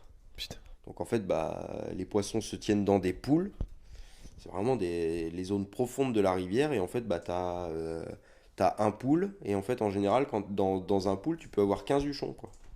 Ah ouais. Ouais, ouais. Ah, ils sont vraiment localisés dans les gros pools, ça c'est Voilà, typique du huchon quoi. ils sont localisés dans les gros pools, et après, bon, t'en as forcément qui viennent, tu sais, comme partout, début de radier, ou fin de radier profond, parce qu'ils sortent du pool pour aller chasser, quoi. Mais en temps normal, ils sont tout le temps dans les pools profonds. Donc là, c'est clairement de la pêche de recherche au streamer, il n'y a Mm. pas de pêche à vue, tout ça c'est trop complexe, c'est pas la peine. ça. Alors, tu peux les pêcher à vue, parce que bon, les rivières slovènes sont très claires, mais le problème qu'il y a, c'est que si l'eau est trop claire, et que si tu les vois, Il tu doit- vois, ouais. enfin, c'est une discussion que j'ai eue avec Rock. Je lui ai dit, mais moi, je veux essayer de les pêcher en les voyant. Il m'a dit, écoute, il m'a dit, un jour, si tu veux, on le fera. Mais il dit, en fait, tu vas les voir, mais tu les prendras jamais. Voilà, parce en fait, c'est des poissons vraiment qui ont une réelle mémoire, qui vivent très longtemps. Et en fait, c'est des poissons, tu vois, ils sont pris une fois, par exemple, un huchon qui est pris à 1 mètre. Ça se trouve, tu le reprends pas avant qu'il meure, Ah ouais. quoi. Ouais. Ah, ils ont vraiment, c'est un peu comme les carpes, c'est des poissons qui ont une longévité de dingue et qui ont une Ouais, ça historique. vit 25 ans. Ouah. Ouais. Donc, ouais, c'est assez particulier comme poisson. Et puis, enfin, vraiment, tu remarques le comportement parce que t'as des poissons, des fois, tu prends des suivis, tu vois. Quand le poisson il suit, c'est qu'en fait, il sent qu'il y a Et quelque il chose doute qui est déjà, pas ouais. normal, tu vois. C'est qu'il s'est déjà fait baiser et puis voilà. Ah, donc tu les vois des fois, tu vois une ombre énorme qui suit, et il regarde le stream et il se dit Ouais, c'est ça. Et puis après, il fait demi-tour. Et par contre, tu vois, c'est pas comme un brochet. Un brochet, il va suivre et tu vas relancer. Des fois, il va suivre 3 fois d'affilée, tu vois. Un huchon, il suit une fois. ouais, ça veut tout dire déjà. Ouais, Ouais. c'est soit il suit, soit il prend. Tu vas pas me baiser là. Ouais. Et après, bon, c'est une pêche qui est quand même très intéressante. On a des occasions, mais faut partir du principe, de mon point de vue, que c'est une semaine de pêche pour un poisson, quoi. Ah ouais. Ouais, c'est une semaine de pêche pour un poisson. Voilà. Et donc t'attaques le pool énorme, il y a des spécificités dans le pool, la cassure, le profond. Faut viser quoi en fait? Et ben en fait, ça dépend. Après, là, pour le coup, tu vois, enfin, Rock, c'est un guide qui connaît vraiment très très bien toutes les rivières où il t'emmène. Donc en fait, lui, du coup, comme il guide aussi l'été à la truite, en fait, il guide aussi sur ces rivières. Donc en fait, les huchons, il les voit l'été. Ah ouais. Donc il il sait où repère ils se les tiennent, tenues. ouais, Ah ouais. voilà, il sait où ils se tiennent, il sait combien il y en a dans le pool, lequel est le plus gros, puis tous les guides locaux slovènes connaissent tous les gros poissons des poules. Et il y a des poissons, tu vois, là par exemple dans la vidéo que j'ai faite, j'ai loupé un poisson qu'on estimait à 110-120 au départ. Et après avoir réfléchi, finalement, c'était le plus gros poisson du pool, tu vois. Et le plus gros poisson du pool, il avait été pris 4 ou 5 ans avant à 127. Donc potentiellement, il faisait plus de 130, le bordel. Putain. Ça. Et il a suivi le streamer, là, pour le coup. Mais il l'a suivi jusque quasiment dans nos pieds, quoi, tu vois. À 3 mètres de nous. Et là, j'ai arrêté de stripper. Il a ouvert la gueule, j'ai vu le streamer disparaître. J'ai ferré, et en fait, le streamer, il est ressorti, et le poisson, il est parti tranquille. J'ai même pas senti de résistance, Ah rien. putain. Et j'étais fou. Le guide, pareil. Rock, il était fou. Il me dit, oh putain, il me dit là, il était monstrueux. Et juste avant, en plus, dans le même pool, je loupe un poisson qui devait faire 90. En fait, j'arrive en bout de soie, tu sais, on pêche avec des polyleaders au bout, machin, des trucs très plongeants. Et en fait, le boucle dans boucle de ma soie à mon polyleader était déjà rentré dans mes anneaux. Et en fait, le huchon, il est sorti de nulle part là, et bah, j'ai pris la cartouche, et en fait, j'ai pas pu ferrer à la soie. Parce qu'en fait, c'est des poissons qui ont la gueule tellement dure, tu ferres pas à la canne en fait, tu ferres à la soie. Ah ouais, faut mettre Tu une fais grosse soie et cartouche. canne, ouais. Putain. Mais en fait, t'as toujours des occasions. Si tu te démerdes bien, t'as toujours des occasions. Mais donc, tu peignes tout le pool, quoi. Tu fais le bulldozer ou il y a quand même des. Après, je pense que ça, c'est comme tout. Si tu veux, moi, Rock, en toute modestie, hein, je pense que j'ai le sens de l'eau et Rock, en fait, il l'a vite compris. Donc, en fait, Rock, il me laisse aborder les poules comme moi, j'ai envie de les aborder. Parce que, bon, bah, tu vois, il me fait confiance. Mais t'insistes sur la cassure, tu vas au profond, tu fais quoi? Ah ouais, tu vas dans les gros profonds, tu pêches dans 5 mètres d'eau des fois. En fait, tu fais des gros lancers amont. Tu laisses couler ta soie, et puis en fait, comme bon, bah, t'as vu les streamers qu'on utilise, hein, Ouais. les machins qui font. Il n'y a même pas besoin de zoom à la caméra. Là. Ouais. Parfait. Et en fait, le problème qu'il y a, c'est que les fibres, comme c'est que des fibres synthétiques pour que ça se lance bien et que ce soit léger et que ça sèche vite, ça flotte. Donc en fait, du coup, le temps que ta soie coule et que ton streamer soit entraîné par la soie, t'as déjà des grandes dérives. Et après, en fait, une fois que ton streamer a commencé à disparaître, là, tu strippes parce que tu sais que ta soie, elle est au fond. Et puis... Ah ouais, donc c'est des dynamiques de lancer vachement longues. C'est Ah pas ouais. juste la dérive. Non, en fait, c'est vraiment très, très spécifique. C'est vraiment une pêche très spécifique. Je trouve que c'est très intéressant. Il y a des rivières où c'est vraiment de la pêche de poste, un peu comme tu pêcherais le brochet. Et il y a d'autres rivières où c'est de la pêche de poule, comme tu pêcherais le saumon, en fait. Hein. Voilà. Et t'as une dimension physique en wading à tenir dans l'eau aussi, parce que t'es souvent en wading, donc là c'est fatigant. Ça, ouais. Alors en fait, clairement, je pense que c'est pas fait pour les gens qui ont déjà des soucis, qui ont mal à la hanche, de stature, des soucis de stature, etc. Ouais. Non, parce qu'en fait, c'est des pêches qui sont très éprouvantes. Et tu vois, même moi, pour le coup, avec le boulot que je fais énormément de sport. Sportif, je pense que j'ai une bonne condition physique. Et quand je pars en Slovénie pêcher le huchon, je prends 2 semaines de vacances. Je pars toujours la première semaine pour avoir une deuxième semaine pour me reposer avant de reprendre le boulot. Parce que sinon, j'arrive au boulot, je suis éclaté, c'est sûr. Ouais, non, c'est vraiment très très physique. C'est une pêche très intéressante. Il faut, pour ceux qui souhaitent, il faut se donner les moyens. Mais en fait, il faut être dans la réalité que voilà, c'est un poisson à 1000 lancers, quoi. Donc la saison, c'est l'automne-hiver slovène, c'est quoi? Alors en fait, on va dire qu'à partir du 1er décembre, toutes les rivières slovènes sont ouvertes à la pêche. Et la pêche ferme le 15 février. D'ailleurs, j'en viens à ça, justement, parce que bon... Il y a des gens, par rapport à cette vidéo que j'ai sortie sur YouTube, il y a une personne qui a fait un commentaire en disant que on n'avait aucun respect, il n'y avait pas d'éthique de la pêche, etc., qu'on piétinait dans l'eau, etc., qu'on piétinait les frayères. Alors, je suis d'accord, mais en fait, les poissons, ils frayent pas partout. Et je suis pas persuadé qu'un poisson, une truite, va frayer dans un pool où il y a 15 huchons, quoi. Donc en fait. Mais attends, c'est des farias ou des marmoratas qui frayent là? Parce que les arcs et les farios. C'est un bassin où il y a des farios là. Ouais, en fait, quand il y a du huchon, il y a des farios. Et quand il y a des marmoratas, il y a que des marmoratas. Ah ok, intéressant. Ouais. Voilà. Ah oui, donc ok, donc il y a la fameuse piétinage de frayère. Ouais, après des radiers énormes avec des galets comme ça. Puis en fait, je veux dire, à un moment donné, le gouvernement slovène, il gère quand même très très bien la pêche en général. S'ils autorisent la pêche, et si en plus, les 3/4 du temps, tu es obligé d'être accompagné d'un guide, c'est qu'il y a une raison. Non, mais en fait, le guide, il va pas t'emmener sur même des frayères, techniquement, quoi. moi j'ai un peu bossé en aquaculture, je suis pas le pro du truc, mais en termes de granulométrie, un pool à taille main, à huchon, avec des putains de blocs comme ça, c'est pas une frayère avec des cailloutis où la fario elle va gratter. Alors je peux me tromper. Non, mais en fait, c'est ça. Mais c'est que si tu veux, dans la vidéo, en fait, je prends le poisson sur un poste atypique. Là, pour le coup, c'est pas vraiment un pool. Ouais. C'est une grosse arrivée de courant. Et je suis obligé de suivre le poisson. Donc, oui, je piétine dans l'eau, quoi. Mais en fait, en aucun cas, je veux dire, là où j'ai pris le poisson, on avait remonté la rivière depuis quasiment le pont qu'on voit sur la vidéo. Je veux dire, on n'a pas vu une truite, quoi. Bon, puis en gestion de la pêche, les Slovènes n'ont pas de leçons à nous donner, je pense, vis-à-vis de la France. En tant que Français. Ouais, enfin après, chaque gestion est différente, mais ce que je veux dire par là, c'est que voilà, si la pêche du huchon est ouverte l'hiver, C'est que c'est comme ça, et puis, enfin, je veux dire, voilà, si c'est comme ça, c'est qu'ils estiment qu'il n'y a pas de... que c'est pas néfaste pour la reproduction des truites. Et puis bon, de toute façon, je veux dire, aux États-Unis, ils pêchent même l'hiver. Quand les truites, elles sont en train de frayer, ils prennent des poissons qui sont en frais. Bon, et puis il y a une population... pêche l'hiver en Espagne, en Italie, il y a oui, endroits où mais puis même, après ça c'est pareil, tu vois, je pars du principe qu'à un moment donné, une truite, quand elle est concentrée sur sa reproduction, elle s'alimente pas en fait. Donc en fait... Non mais je pense que c'est le sujet habituel de piétiner des frères. Mais bon, oui, voilà. Revenons sur le technique. Donc là c'est du matos technique parce que c'est de la soie ultra plongeante, c'est des polyleaders, c'est des espèces de tube fly. Raconte voir un peu techniquement comment faut être équipé pour tout ça. Eh bien, la canne est là, donc c'est la guideline costale en SWAT 12.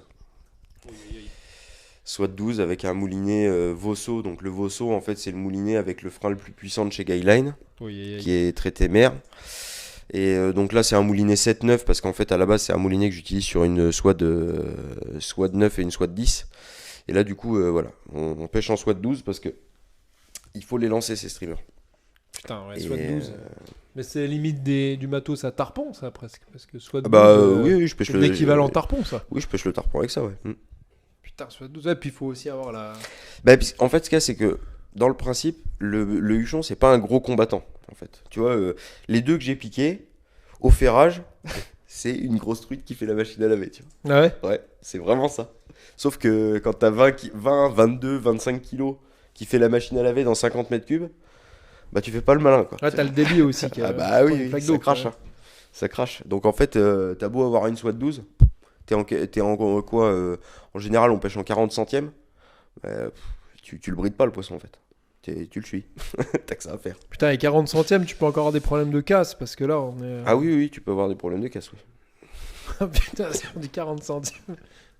Là, c'est quand tu te fais breaker sur du 40 centièmes. Bah ouais, mais bon, tu sais, 20 kilos en plein courant, ça décuple. Hein. Non, mais c'est des dimensions... c'est des trucs de malade, quoi. Ouais, c'est vraiment sympa. Enfin, et les couleurs de streamer, il y a une stratégie ou c'est juste du mobile à une truite arc-en-ciel et puis... Secret. Je m'étendrai pas dessus. Ouais. Non, mais c'est intéressant. C'est les secrets du guide et pour le coup, ça, c'est vraiment un truc que lui m'a demandé. Lui, il t'a conseillé sur les coloris, tout ça. Il m'a conseillé. Après, bah, tu sais, moi, je suis toujours un peu dans la recherche. Tu vois, en plus, l'hiver, je m'ennuie, comme j'ai dit. Donc, en fait, je trouve toujours des trucs, etc. Et en fait, là, j'ai pris le poisson avec un streamer que j'ai monté. J'ai monté une couleur spécifique. Et le guide m'a dit, je pense que ça, t'as trouvé un truc. Et du coup, en fait, bah voilà, il m'a dit, par contre, il me dit, faut le dire à personne. Parce qu'il dit, bah en fait, à un moment donné, c'est son business aussi. Ah non, mais je conçois. Tu vois. Donc, en fait, lui, il va monter des streamers comme j'ai fait, parce je lui en ai donné, du coup. Parce que j'avais monté pas mal de modèles. Et je lui en ai laissé, tu vois. Et puis là, tu crées un lien avec un guide ouais, sur bah, une pêche comme ça. Oui, bah, enfin, pour le coup, je pense que on peut dire qu'on est devenus potes, ouais. Ouais, j'imagine. Ouais. Parce que bon, c'est le deuxième gros que je prends avec lui. En général, il en fait prendre 3 par saison, donc tu vois, après, c'est comme tout. Bon, tu vois, j'ai toujours le petit côté qui revient de certaines personnes qui me disent, ouais, bah, t'as de la chatte. Alors, oui, parce qu'en fait, je choisis pas le poisson qui mord au bout de mon streamer, tu vois. Mais bon, je me suis donné les moyens, j'y suis allé, quoi, tu vois. Donc oui, bah, j'ai eu la chance de tomber sur 2 gros. T'as eu de la chance de faire 4000 lancés. Ouais, enfin voilà, j'ai fait 4000 lancés. T'as eu de la chance de faire 4000 km, ça fait beaucoup de chance. Hein, ouais, bon, après, ça, de toute façon, dans la pêche, il y a toujours une part de chance, quoi qu'il arrive. Et puis, comme je te dis, moi, c'est vraiment... je suis loin d'être un très bon pêcheur, je suis pas... mais la persévérance, tu sais... voilà, je suis persévérant. C'est aussi un atout des bons pêcheurs, la persévérance. Oui, mais voilà, c'est vraiment... C'est une pêche très, très particulière, mais moi, j'en suis devenu débile. Genre, moi, je vais y aller tous les ans, quoi. Et techniquement, pourquoi le choix du tube fly, plutôt que le streamer classique? Eh ben, parce qu'en fait, comme tu pêches avec des soies plongeantes et que tu racles le fond, bah, si t'as un hameçon fixe, bah en fait, à force, ton hameçon il s'émousse. Et une fois que ton hameçon il est moussé, ton streamer il est mort. Alors que là, bah, tu peux t'accrocher 50 fois, t'as juste à changer hameçon. Ah ouais, effectivement, donc tu sauves le streamer. Et ouais. Sachant que ça prend un petit peu de temps à faire, un streamer comme ça. Ouais, bah puis... Ça se fait pas en 2 minutes. C'est pas ma grande spécialité, donc ouais, c'est... Enfin, puis en plus, moi je les monte, tu vois, j'utilise pas d'époxy, j'utilise que de la glu. un sacré travail. Hein, je peux Donc voir, moi, faut que ça tienne, quoi. Faut que ça reste collé. le travail des fibres, du volume, là, on est plus proche du travail de coiffeur que de monteur de mouche. Parce que non, mais pour choper des proportions comme ça, moi je suis pas bon du tout au streamer, mais franchement, Oui. le travail des proportions, des fournitures, il est important. Il y en a C'est- qui les montent bien mieux que moi. Ouais, mais bon, toi, celui-là, il est efficace, mais ça, c'est du taf. Et la répartition des fibres, le bon choix des fibres, parce que si tu achètes des fibres trop raides, bah, ça va pas nager. Le dosage, c'est de l'étau au lancer, ouais, il y a un boulot de dingue, quoi. Bah, puis c'est surtout qu'en fait, si ton streamer, parce que pour le coup, un streamer à brocher, si tu pêches en plan d'eau, ton streamer, quand tu vas stripper, il va faire ses trucs comme ça. Par contre, un streamer comme ça, s'il est pas bien proportionné, en plein courant, il va juste faire la cuillère, là, tu vois. Ouais. Puis là, ça Il c'est sera mort, pas ça du tout pêche pas. pêchant, Ah quoi. non, ça pêche pas. Ah, donc il y a vraiment une technologie. Ouais, bah en fait, ouais, c'est un peu chiant. Mais ça, pour le coup, tu vois, je veux dire, chez moi, c'est première catégorie, donc je vais pas aller à la pêche dans une première catégorie, même si c'est juste pour essayer des streamers. Donc en fait, bah, je suis un peu comme un couillon, quoi. C'est-à-dire que je les monte et puis bah en fait, Tu vas sur place, quoi. ouais, j'ai vu en Slovénie si c'était bien. Alors après, bah voilà, des fois le streamer, fallait le retravailler un petit peu. T'as juste à recouper 2-3 fibres et puis ça va quoi. Pour éviter qu'il tourne en fait, qu'il tourne sur lui-même. Et donc, du coup, quand tu prends la cartouche, ça fait un accro au fond à un tronc, ça fait tout de suite un démarrage de malade, ça patache, ça fait quoi? Et ben en fait, ça dépend complètement des touches. Il y a des touches, tu vois, et Rock, il est marrant parce qu'en fait, il te dit, il est comme ça, puis il te dit, un huchon, le fond, un huchon. Ouais. Voilà. Il te fait sentir. Ouais, il te fait sentir. Et en fait, c'est vrai que des fois, il y a des touches qui sont quasi imperceptibles. Ah ouais quoi. Ouais, parce qu'en fait, le huchon, il suit derrière. Et en fait, il prend et il suit le sens du courant. Donc en fait, tu sens juste une petite résistance, comme si tu t'accrochais Ah au ouais, fond. il a quoi. l'inertie en même temps, Ouais. c'est en parallèle, quoi. Ouais. Et donc en fait, tu as des poissons qui font ce genre de touches. Et moi, j'ai eu la chance d'avoir deux. Tu vois, j'ai fait 122, 120. Deux touches de débile. Ah ouais. Ah ouais, des touches à Mais t'arracher c'est la canne genre, des ouais, mains. c'est genre, ça arrache la canne un peu comme un départ de saumon ou c'est vraiment, ça bloque le bloc, quoi. Non, c'est vraiment. Ouah, Ouais. ouais, tu la sens. Et quoi. t'as même pas eu à ferrer, tu t'es fait attraper par le bordel, quoi. Bah, tu sais, j'ai toujours le réflexe. Donc en fait, Tu fais un ferrage sécurité, Ouais, quoi. tu fais ferrage sécurité, tu lèves la canne et en même temps, tu tires vers l'arrière, t'assois. Vraiment. Et après, donc c'est de la lourdeur tout du long, ou y a pas de notion de violence rapide, quoi. C'est vraiment un éléphant, quoi. Eh ben, en fait, ouais, sur ces gros poissons, c'est des poissons feignants. Ça fait pas des gros combats.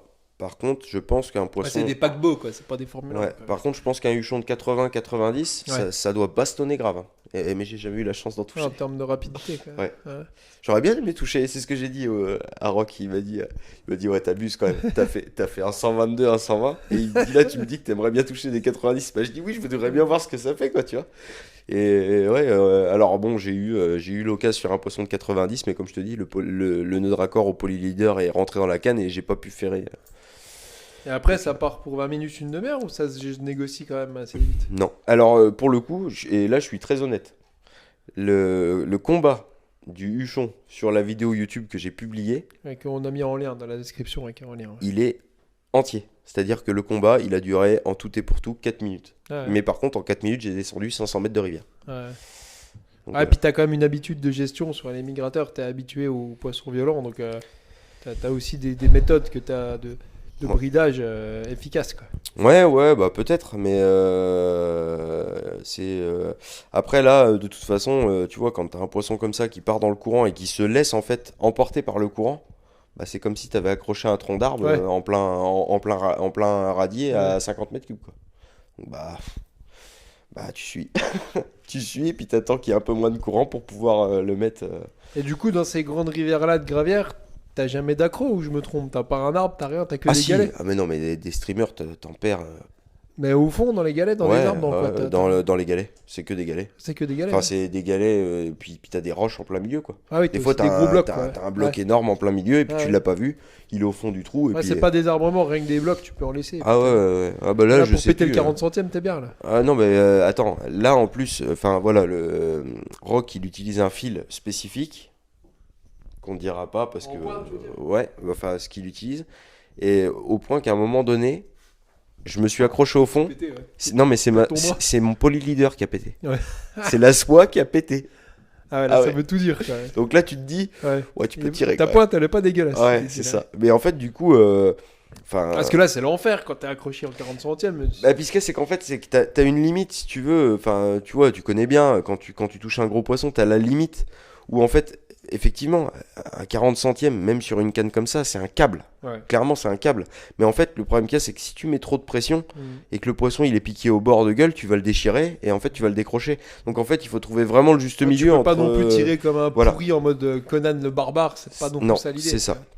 Tu vois, parce que j'en ai touché. J'ai dû en toucher 6 ou 7 des huchons. Tu vois, j'en ai sorti que 2. Et j'en ai touché un très très beau au bout d'une heure et demie de pêche la première fois que je suis venu. Et un poisson qui devait faire peut-être 1 mètre. Et je l'ai tenu. Pourtant, tu vois, je l'ai pris à 3/4 aval. Il est descendu vraiment en aval de moi. Et il est remonté quasiment en face de moi. Et je le décroche en face de moi. Il s'est passé 1 minute, quoi. Ouais. Et tu vois, et en fait, tu te dis, bon, le poisson il a dévalé. Il revient. Tu vas le sortir. Et non. Tu sais pas pourquoi. C'est des poissons que tu décroches beaucoup en plus de ça. Ouais. Donc tu décroches beaucoup, des fois tu ferres, tu sens une grosse résistance, un coup de tête, tac, décroché. Enfin, c'est une pêche qui est assez frustrante. Et les hameçons, t'es sur du Harex, du partridge, c'est quoi là? T'as pas le droit de dire non plus. Ouais, j'ai pas le droit de dire. Interdit aussi. Ah. Putain, on saura pas grand chose. Non, après, oui, les harex c'est très bien, mais il faut du très fort de fer. Ouais, il est Mm. méga fort de faire là. Faut des hameçons pour la mer. Ils sont à silure quoi. C'est ça. C'est ça. En 3, 4, 5, 6, 0. Putain. Et les lancers, quand même, t'as besoin d'une petite condition physique de lanceur, style de réservoir, parce que le mec qui arrive, qui s'est pas trop entraîné, tu Bah, te brayes, en fait, ouais. Alors, la clavicule. quoi. alors ouais, clairement, Putain. tu vois, la première journée de pêche, t'as les cervicales en vrac. Et après, bon, tu t'habitues. T'as intérêt à bien faire le balancier, à pas Ouais, faire de la merde. mais parce c'est que- surtout qu'en fait, ce qui est super complexe, c'est que les rivières, en fait, bah, t'as des niveaux d'eau qui sont hauts, donc tu peux pas pêcher dans l'eau partout. Ouais, Et d'ailleurs, en fait, on rentre quasiment jamais dans l'eau. ouais, c'était à peine. Ouais. T'es souvent sur le bord, et en Vu fait, comme ça tire, ouais, c'est déjà puis trop. avec les soies plongeantes avec lesquelles on pêche, tu peux pas faire des roulés. Tu vois, tu fais pas un roulé avec un streamer de 25 cm, quoi. Donc, en fait, t'es obligé de faire des backcasts. Tu vois, moi, je suis gaucher. On pêchait tout le temps des berges de droitier. Ouais. Et en fait, je suis obligé de. Tu vois, il y a un trou entre les arbres et je lance dans le trou entre les arbres pour lancer là-bas, quoi. Tu vois. Et c'était quasiment que des lancers comme ça, en double traction, et il faut lancer à 20, 22, 25, 30 mètres, quoi. Et la canne à deux mains, pourquoi c'est une connerie là-dessus, le spaycast? Alors en fait, non, c'est pas une connerie. Il y en a plein qui pêchent en spécast, mais en fait, la particularité, c'est qu'il faut des cannes pas trop longues, mais Ouais, suffisamment parce que- puissantes pour être capable de lancer 400, 500, 600 grains. Et en fait, bah, des cannes qui sont spé ou switch et qui ont une puissance comme ça, il y en a pas beaucoup Ah ouais. sur le marché. En fait, on va dire que en comparaison de puissance, sur une canne à deux mains, je pense. Après, là, pour le coup, c'est pas mon domaine. Tu vois, c'est Fabrice Bergouès qui m'a recruté chez Guideline, qui lui s'y connaît très très bien. C'est la référence, je pense, en France pour la pêche du saumon. Et en fait, on serait sur une 15 pieds, quoi. Sauf qu'une 15 pieds, c'est beaucoup trop grand. Et puis pour la refaire un peu en Écosse, le spaycast, t'as sur après le travail du streamer, enfin je me trompe peut-être, hein, je connais pas, mais t'as une agilité moindre comparée à une single, parce qu'après pour travailler un streamer avec une spaycast, c'est une single comme ça, c'est plus adapté peut-être. Ouais, bah après, enfin, puis c'est parce Parce que que moi, t'as quand même un je suis- joli travail de streamer derrière, c'est pas du spaycast à saumon avec Ah oui, des non. drifts Non. de mouches noyées, on est Ouais. quand même sur une petite technicité Ah oui, de oui, streamer. t'as de l'animation, t'as la gestion gestion Ouais, de ta T'as un dérive. vrai travail de stream. Ouais, tu lances, t'as la reprise de ta tension, Tu peux la faire des gestion de ta accélérations, dérive, des ouais, choses, des accélérations. Ah, donc pour etc. ça, une single, c'est quand même le top en termes Bah, de maniabilité. quoi. Alors c'est bien, mais comme je dis, c'est une pêche qui, je pense, n'est pas faite pour tout le monde parce que bah faut pas partir déjà fatigué, quoi. Vraiment. Non, non, puis même quand tu. Rien que si tu t'excites en réservoir à lancer comme un bebeu en faisant n'importe comment, tu peux te faire un peu des mal. Mais là, faut un peu savoir moduler et gérer ses lancers. Si tu fais pas les bons balanciers, les équilibres, parce que tu te fais de la merde dans les épaules, puis de toute façon, tu feras des lancers de merde. quoi. Mm. Donc c'est quand même toute une gymnastique. Bah puis c'est que de la double traction parce qu'en fait même un streamer comme ça en simple traction tu le lances à 10 mètres hein, si t'es en simple traction. Faut vraiment maîtriser une double traction, je pense. Enfin, à mon avis, je pense qu'il faut maîtriser une double traction parfaite. Ouais, tu peux déjà l'entraînement en réservoir à Ah lancer oui. à 30 mètres, il est déjà utile, je pense. pour Ouais, ça. ouais, carrément. Et puis bah, lancer des gros streamers, et puis en plus, c'est soit plongeante. Ouais, ou la pêche du brochet, c'est déjà un bon entraînement. déjà, Ouais. C'est une bonne base, quoi. Ouais, Donc, complètement. partir de- Ceux qui pêchent le brochet, en général, je pense, serait bon à cette technique. Parce que moi, tu vois, je pêche pas excessivement le brochet, parce que c'est une pêche que, enfin, tu vois, c'est un poisson qui m'intéresse sans plus. J'en ai fait à la mouche, hein, avec Julien d'ailleurs. C'est lui qui m'a emmené mes premières fois au brochet. La touche est sympa. Julien, il est ultra fan de cette pêche au gros brochet. Et d'ailleurs, il prend des très très gros brochets, lui, à la mouche. Moi, je suis moins fan. Mais tu vois, j'essaye de m'y mettre un petit peu parce que c'est quand même intéressant, tu vois. Ça fait partie des beaux poissons de chez nous. Et une tape de brochet à la mouche, c'est quand même sympa. Puis surtout quand tu peux le voir taper, la vue, là. Ça, c'est sympa. Et pour transitionner, justement, comme on va finir l'épisode tranquillement, est-ce que on va passer sur l'exotique, on va en profiter. Est-ce que tu penses que ces compétences-là, entre guillemets, que tu as eues sur le huchon, c'est connexe au tarpon? C'est très proche ou que tu as pêché un peu en exo ou alors c'est encore différent? Parce que là, tu es sur les mêmes bazookas. Bah ouais, alors Tu après. as pêché le tarpon, c'est ça toi aussi pour Ouais, parler de ouais, ça. j'ai pêché le tarpon en Guadeloupe avec Gavin le Breton. Ok, connu Et d'ailleurs. ouais, ouais, ouais. Et en fait, donc Gavin m'a fait prendre un beau tarpon de 135, je crois. Putain. Et alors, tu pêches avec des soies de 12, soies flottantes, avec du 80 centièmes, tu Ah vois. oui, là t'es en flottante déjà, donc Ouais. c'est encore différent. Puis t'es sur Flottante. des espèces de flats avec pas de courant, c'est encore différent. Ouais, c'est ça. Et puis pour le coup, après, bon, les tarpons, ils aiment bien se mettre là où il y a des bateaux, tu vois. Parce qu'en fait, quand il y a les pêcheurs qui reviennent, les pêcheurs, en général, ils balancent leur reste de poissons qu'ils veulent pas. Et les tarpons, en fait, c'est des feignasses. Et Ah ouais. ils viennent grappiller ça. Donc, en fait, tu vas aller chercher les endroits où les pêcheurs reviennent. Et du coup, donc, tu utilises des mouches, par contre, qui sont beaucoup plus petites, bizarrement. Les mouches à tarpons, c'est des mouches qui font 10 centimètres. Mais là, Putain, soit de 12, ouais. ouais, non, mais là, par contre, là, tu prends un vrai combat. Ouais. Ah ouais, ouais. Bah, de toute façon, la photo apparaîtra Ah certainement. ouais, on mais va mettre la photo de ton mais tarpon. j'ai un ferrage, le tarpon est parti, j'ai pas pu le retenir, la soie m'a brûlé les doigts. Les 3 doigts de la main sont brûlés. Et tout le monde m'a dit, mais t'es con, pourquoi tu mets pas un gant? Et normalement, on pêche le tarpon avec des gants. Ah ouais, d'accord. Tu l'as fait à vue celui-là, le tarpon? Ouais, bah, tous ceux que j'ai touchés, je les ai fait à vue. J'en ai sorti qu'un. Mais j'en ai touché 5. Ouais. Tellement c'est violent. Ah Ouais, je ouais. crois que ça décroche beaucoup le tarpon. Ça décroche Il beaucoup. faut des hameçons. Alors, en fait, j'en sors un avec Gavin. Après, du coup, j'étais tout seul. Je casse une canne 9 pieds soit de 9 en 8 morceaux sur un tarpon. Elle a explosé la canne. Oh putain. Ouais, c'est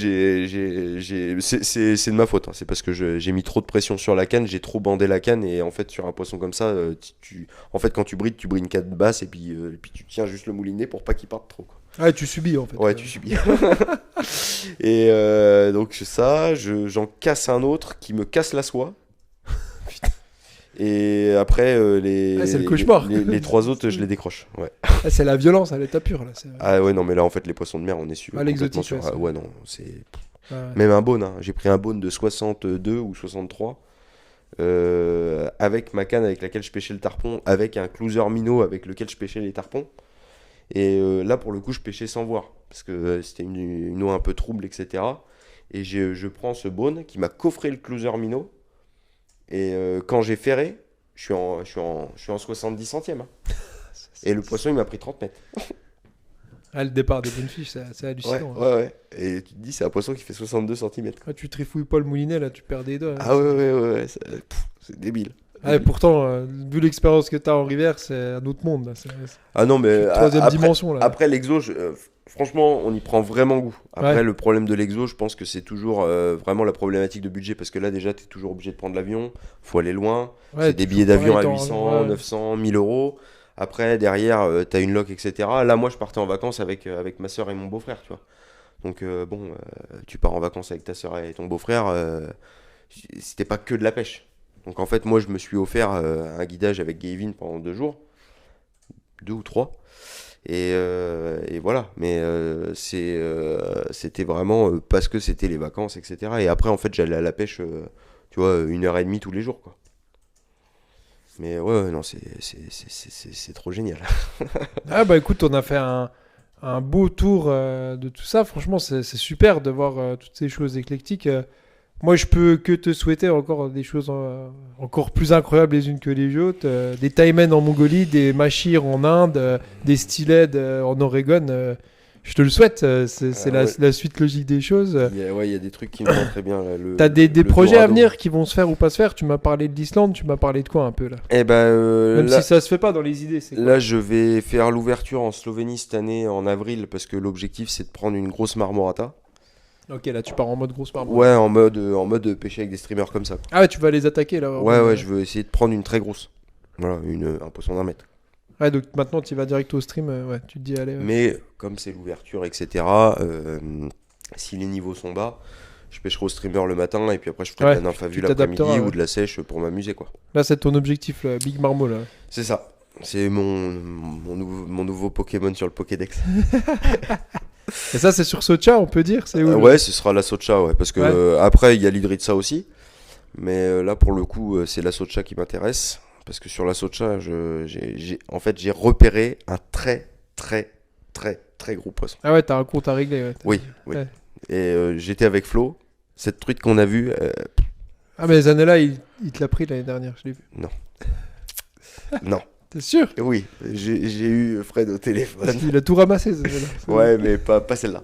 Et non, parce qu'elle est vraiment dans un coin de merde. Et en fait, on l'a vu avec Flo. Et même Flo, il m'avait dit, bah attaque là. Et j'ai dit, mais attends, je suis en 16 centièmes. Je dis, tu veux que j'attaque ça comment? Tu penses que c'est une maîtresse? Elle fait plus du mètre. Ah ouais, bon, clairement. Ouais, elle fait plus du mètre. Et quand on l'a vue, elle sortait de son trou. Donc t'avais une zébrée avec les barres Adidas de plus du mètre. Un poisson, je pense qu'il fait 15 kilos. Putain. Et je la veux. Je Ouais, la donc, veux. T'as déjà rendez-vous avec elle sur ton planning? Ouais, c'est ça. Et après, bah du coup, Islande au mois de juin. Avec les copains. Ouais, bah là tu vas fumer de la tête là. Ouais, bah parce que moi je connais pas du tout. Alors Ah oui, bah c'est une valeur sûre de les, tout le monde les pour gars te m'en le ont déjà fait de Ah, belles éloges. tu vas fumer de la tête là. Ouais, je Donc, pense que ça c'est quelque chose qui va te plaire énormément. Vu tous les aléatoires que t'as affrontés, l'Islande, c'est quand même plus régulier comme pêche honnêtement. Je pense que ça va vraiment être fort pour toi. Et puis tu m'avais parlé d'un hypothétique projet en Patagonie qui sera peut-être pas, mais celui-là je te le souhaite parce que ça peut être le voyage d'une vie. C'est aussi. Ouais, j'aimerais bien, ouais, mais enfin de toute façon, le truc qu'il y a, c'est qu'après la limite dans notre passion, c'est l'imagination et le budget. C'est vraiment Oui, ça. parce qu'après, t'as l'Amazonie, t'as la Nouvelle-Zélande, c'est vrai qu'on peut rêver fort. Hein. Ouais, non, mais il y a tellement de les trucs à picoques faire. basses, ça devrait te plaire, ça. Ouais, j'adorerais. J'adorerais sur le Rio Marié, là, c'est quelque chose qui me plairait bien. Mais Les c'est Dorado pareil. aussi, dans le même style, je pense que ça Ouais, te plairait. Dorado en Bolivie, ouais. Bah, il y a le Seaman Lodge, tout ça. En fait, je suis déjà renseigné sur plein d'endroits. Mais le problème qu'il y a, c'est qu'après, là, on est vraiment sur des trucs d'Américains à 10, 12, 15 000 balles la semaine, tu vois. Donc ça, clairement, pour moi, c'est juste pas possible. Ah ouais, le Tsiman, c'est vraiment, j'en ai entendu parler, c'est vraiment un hotspot, ça c'est vraiment une destination de ouf, quoi. Ouais, c'est destination de ouf. Après, il y a plein de destinations qui sont intéressantes. Après, tu peux faire des trucs en DIY, en do it yourself. Ouais, ouais. Mais en fait, comme je dis, moi, je suis quelqu'un qui a pas énormément de temps. Et le peu de temps que j'ai, j'aime bien l'optimiser. Tu vois, je pars pas. Enfin, pour le huchon, j'aime me faire du mal, mais j'aime pas me faire du mal tout le temps. Tu vois, il y a Ouais. des fois où j'aime bien. Je suis désolé, j'ai un truc dans l'œil. Mais ouais, il y a des fois où j'aime bien. Ouais, rentrer du fiche, mouiller les puisettes. Ouais, voilà, mouiller les puzettes et puis surtout tu vois, pas me faire du repérage tout seul pendant une ou deux semaines. Bah, c'est là que sans- les guides, ça joue vraiment leur Ah carte. non, mais en fait, moi, je conseille réellement les gens à prendre des guides, surtout, enfin, les gens qui veulent performer dans une technique, par exemple la nymphophile, etc. Ceux qui veulent performer une technique en nymphophile, bah justement, Mathias Oui, il vient de lancer son activité, il vient d'ailleurs. de lancer son Mhm. activité. Il y a Michael Andrieux, donc là, il y a deux, franchement, super gars. Ouais, je pense que sur la Dordogne, il saura faire. Ouais, non, mais clairement. Et puis là, pour le coup, par exemple, pour Puis ils performer ont l'air en d'être deux nymphophile, super gars. Mathias Parr a l'air vraiment d'être quelqu'un de super. Ouais, J'aimerais non, bien avoir franchement, ici dans non, Parole de c'est Moucheur. Tu vois, des gars vraiment géniaux. Ouais. C'est vraiment des gars géniaux. Après, bah, il y a Thomas qui est capable de guider très très bien aussi. Oui, on n'a pas parlé des gaves, mais on fera ça au prochain numéro. Après, c'est pareil pour la nymphe à vue, par exemple, Julien Banolger guide sur la scène. Enfin, tu vois, il y a plein de guides pour chaque technique qui ont en plus leur spécialité, qui sont tous très bons. Voilà, t'en as déjà cité 5, il y a de quoi faire avec eux. Ouais. Bah, puis après, t'as Flo, tu vois, il y a vraiment beaucoup de monde. Après, il y en a que je connais pas et qui sont certainement très bons. Mais moi, de tous ceux que je connais et avec qui j'ai la chance d'aller pêcher parce que c'est des amis, ouais, non, là, c'est vraiment un truc de malade, tu vois. Avant de finir, on se fait une petite revue de matos guideline et puis on finit là-dessus un peu. Ouais, Tu je vais nous présenter le racontes un peu les matériel choses. guideline, c'est Ouais. pour les gens que ça intéresse, ouais, parce que voilà, j'ai ramené un petit peu de matos. Ouais, fais-nous pour, un peu le tour, les gilets, les cannes, les boîtes, montrer, les ouais. moulinets, on peut en parler. Ok. Et puis si on voit mal sur les photos, moi je remettrai les photos en HD des produits, quoi. Ouais. Donc là, en fait, c'est mon gilet de pêche. Donc bon, voilà, je me suis fait un montage avec un Gear Keeper, etc. Ça, c'est mon montage spécifique. Ah, les Gear Keeper, ils sont très solides, c'est quand Ouais. même très bien cette marque. Et en fait, c'est que j'ai mis mon aimant sur le bas. Comme ça, en fait, mon épuisette, elle est quand même assez haute sur mon dos et elle me gêne pas. Putain, j'avais jamais pensé à ça. Et ouais, bah, et tu sais, moi, Ah, bah, c'est pour ça que je t'amène ici en interview. je passe mes journées Ah, à à trouver penser, des techniques et des trucs. Donc là, pareil, tu vois, j'ai mis un petit truc pour mettre mon aiguille pour les machins. Tout ça, c'est mon côté nymphe. Avec tout les ça- boîtes guideline étanches dedans. que je Ouais, vois, c'est ça, les boîtes guideline. Voilà. Ouais, c'est les équivalents des CF, elles sont aussi bien. Ouais, c'est franchement, Après, bah là, j'ai mes bobines de fil. Et donc là, tout ça, c'est tout ce qui est pour la sèche. Après, j'ai quoi? J'ai un amadou, Donc t'as tes deux boîtes de stock, toi, puis t'as devant une boîte magnétique que Ouais, tu voilà, montres après- ou pas, t'ouvres pas si tu veux, mais c'est juste ton Non, stockage. mais si, je peux l'ouvrir. J'ai Tu une- places tes nymphes de routine dans cette boîte Ouais, voilà, patch en fait- devant. Quoi. En fait, clairement même, on va être très clair dans cette boîte. Là, il y a des Ouais, mouches. t'as un bon mix de tout là. Ouais, mais là, il y a des mouches, elles ont 3 ans. Et en fait, je rajoute quasiment jamais rien dans cette boîte. Je pêche depuis 3 ans avec toutes les Ah, mouches qu'il y encore a un bon ici. pêcheur qui pêche qu'avec une boîte. Quoi. Voilà. Toujours la même histoire. Bah, en fait, dans cette boîte, il y a toutes mes nymphes que j'utilise. Et tant que je les perds pas, je les remplace pas. Et après, bah, forcément, dans cette boîte-là, il y a Ouais. le stock de ce que je perds ou pas. C'est quoi ton épuisette, même si c'est pas guideline par C'est une curiosité guideline. Ah, la gueule, ça a l'air Ouais. léger et bien. ça. Ouais, c'est une épuisette guideline. Voilà, bah en fait, le gros avantage de cette marque, en fait, c'est qu'elle est ultra complète. T'as les waders, t'as les chaussures, t'as les fringues, t'as des cannes de malade, t'as des moulinets qui sont très très bien, t'as des backpacks qui sont super. Voilà, après, bon, bah là, du coup. Il y a la canne, la LPX Predator, donc celle-là c'est la 9 pieds SWAD 9, ça c'est une canne pour le brochet. Ouais, Après là on a les Guideline Élévation, ouais. donc les Guideline Élévation en fait c'est l'entrée de gamme de chez Guideline, Mhm. et moi c'est les cannes que j'utilise en secours en fait. Ok, Mais en fait... c'est déjà des très bonnes cannes. ah non mais tu vois je veux dire... On est sur quel tarif pour une classique, une 9 pieds soit de ça, on est sur un Élévation, 400 euros quoi. tu dois être à 300 euros Ouais, voilà. sur la élévation. Ouais. Mais tu vois, par exemple, la NT11 qui est à 690 balles. Donc moi, là, tu vois, là, ça, c'est la NT11 en 9 pieds SWAT 6. Et donc, du coup, j'ai la Guideline Élévation en 9 pieds SWAT 6. La Guideline Élévation en 9 pieds SWAT 6, elle a déjà été baptisée sur 2 ou 3 truites de mer cette année parce que bah, malheureusement, j'ai fait une truite de mer, en fait, et à un moment donné, pour mettre la truite de mer à l'épuisette, j'ai bandé un peu trop la canne et j'ai mis trop d'angles sur la canne et la canne a cassé. Parce que bon, bah, en fait, des fois, voilà. Je suis un bourrin. Mhm. Je suis un bourrin. Tu nous l'as dit, ouais. Ouais, donc ça m'arrive de casser du matos. Et voilà. Mais en fait, c'est du très très bon matos. Après, là, ça, c'est les NT11. C'est les Lake et Anadrome. Donc en fait, celle-là, c'est les 10 pieds. Ok. Et c'est 10 pieds, soit 6, soit 7 et soit 8. Ils font les 3 modèles. Donc celle-là, c'est la 10 pieds, soit 6. Et ça, c'est par exemple une canne. Des cannes à réservoir, ça.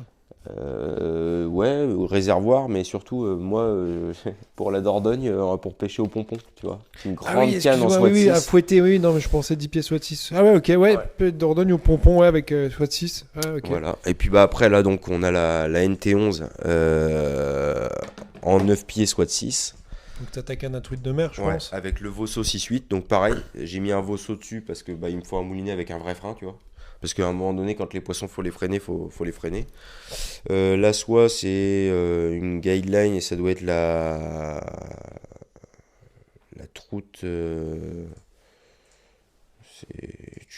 Les références après. Non, moi, tu Il y en diras, a non, mais tellement. ils ont vraiment une gamme vraiment complète. Ah non, quoi. mais Ça ils va ont- du waders Ouais. à la canne, au moulinet, à la soie, aux boîtes en plus qui sont bien. Moi, Ouais. j'en vends des boîtes guideline maintenant pour mes mouches, elles sont bien. C'est bien complet. En plus, c'est nordique, c'est sérieux. Et du coup, tiens, je te laisse Ouais, vas-y. le micro de petites secondes. Parce que ça. Montre-moi. Je pense que ça, c'est très très intéressant. Vas-y, montre-nous. Vas-y. Donc en fait, ça, c'est le. Ça, c'est le backpack guideline. Donc ça, c'est un sac pour ceux qui sont itinérants comme moi, qui vont se promener en fait. Ah ouais. Et qui restent. Moi, quand je pars en trek jour de 3 pêches, ça, Ouais. 3 jours de pêche, Et ça bah voilà. m'intéresserait, ça, Et ça, par exemple, tu vois, par exemple, là, quand je vais être en Slovénie, que je vais pêcher la marmot, vu que je vais avoir et mon matos pour pêcher la marmot et mon matos pour pêcher. Ouais. Voilà, bah là, tu mets un tube avec une canne, tu vois. En plus, tu as les accroches. Donc le sac, il est pas étanche, il est déperlant. Mais par contre, ce qui est bien, c'est que tu as un système où, tu vois, on revient sur le même système que ça. Donc tu peux copier-coller tes habitudes. C'est exactement. Et c'est-à-dire que là, en fait, tu remets tes trucs et du coup, tu es fixé et tu l'as en sac à dos. Et ça, franchement, je trouve que c'est très très intéressant. En fait, c'est la gamme ULBC et c'est la gamme qui a été. Alors, je crois que c'est Mike Kirkpatrick en Nouvelle-Zélande. Nouvelle-Zélande, c'est un Ouais. guide de Nouvelle-Zélande. qui est ambassadeur guideline là-bas et qui a aidé à En développer NZ ça. avec le bac, ils font beaucoup d'outdoor, de tout ça, ouais, donc ils emmènent un peu, tu peux emmener de la bouffe, une bouteille sur les petites sorties trek, ouais, ça c'est pas mal. Exactement, en fait, il a aidé à développer ça. Donc ça, en fait, moi, je trouve ça très très sympa. Ah ouais, moi j'irais bien en Islande 3-4 jours avec ça dans le bush. Bah ouais, bah tu vois, ça... Tu peux même limite mettre une petite tente si t'as des tentes dessus. Ah mais c'est un 35 litres. Ouais. Donc t'es tranquille. Hein. Ah, c'est top ça. Ouais, non, franchement, il y a largement de quoi faire. Et puis, comme je te dis, c'est du très bon matos, c'est durable, c'est résistant. J'en suis vraiment C'est content. une marque sérieuse. Ouais. Oui, non, c'est une marque sérieuse. Ouais. Bon, bah voilà, hein, c'est écrit, hein, 30 years of experience. Ouais, Donc voilà, il y a 30 ans d'expérience. À la base, ils étaient spécialisés dans la pêche du migrateur et ils se sont... Ils ont un peu élargi, diversifié. Voilà, ils se sont diversifiés. Sur les ils Euro-running thing, ils se sont européanisés. Ouais. Donc voilà. Et en plus, ils ont sorti une canne LPX nymph qui est très très bien. Après, ils ont sorti des cannes élévation qui sont un peu plus abordables niveau tarif pour la nymphe aussi. Ils ont des 11 pieds en nymphe pour mes techniques de pêche au fil, tout ça. 10 ouais. pieds 8. 10 pieds 8, ouais, 10 c'est pas pieds mal 8, aussi, ouais. 10 pieds 8, je crois qu'ils ont sorti une 11 pieds. Enfin là cette année, parce que cette année, il y a plein de nouveaux produits qui sortent. Là, par exemple, les NT11, j'ai dit, putain, c'est dommage, ils ont sorti des NT11. Mais ils ont fait en fait que 4, 5, 6 en 9 pieds, en taille de soie. Et là, ils ont sorti les NT11 salines, donc qui seront conçus pour pêcher et en eau douce et en mer, mais en 6, 7, 8, 10, 12. Putain, tu Et connais la gamme 8 par cœur. pieds 6, soit de 14. Ouais, parce que ça, c'est les cannes qui me... Tu vois, là je me vois déjà avec une NT11 saline en soie de 12 pour pêcher le huchon, tu vois, ou le tarpon. Et ils ont aussi des très bons waders avec Ouais. beaucoup de tirettes pratiques, beaucoup de poches, c'est réfléchi, quoi. Alors, en fait, c'est réfléchi. Après, voilà, il y a toujours des débats un peu compliqués sur les waders. Un waders, ça s'use. Il y a des waders qui tiennent plus longtemps que d'autres, etc. Moi, j'ai eu le Alta, donc c'est le waders le plus haut de gamme de chez Guideline, hein, qui est vendu 800 euros. Tu lui en as mis plein la gueule en Slovénie. J'en ai eu plein la gueule. Et il va très bien. Tu vois. Je lui en ai eu plein la gueule toute l'année. Je lui en ai remis plein la gueule en Slovénie. Après, les waders, que ce soit un guideline ou un AliExpress, face à un barbelé, tu vois, c'est ça qu'on oublie de dire. Si C'est sûr. tu vas faire des talus comme un cochon, que tu fais des aubépines, des barbelés et tout, je veux dire, ton wader, à un moment, ça sert à rien d'appeler le fabricant. Après, il y a une spécificité quand même, parce que bon, j'imagine que je parle à des gens qui connaissent un peu la musique, mais un waders, à chaque fin de pêche, il faut le retourner et le faire sécher de l'intérieur. Ah, c'est bien que tu dises ça. Parce que Ça, c'est super important parce qu'en fait, souvent, on utilise, nous, sur nos vêtements, des assouplissants. Ouais.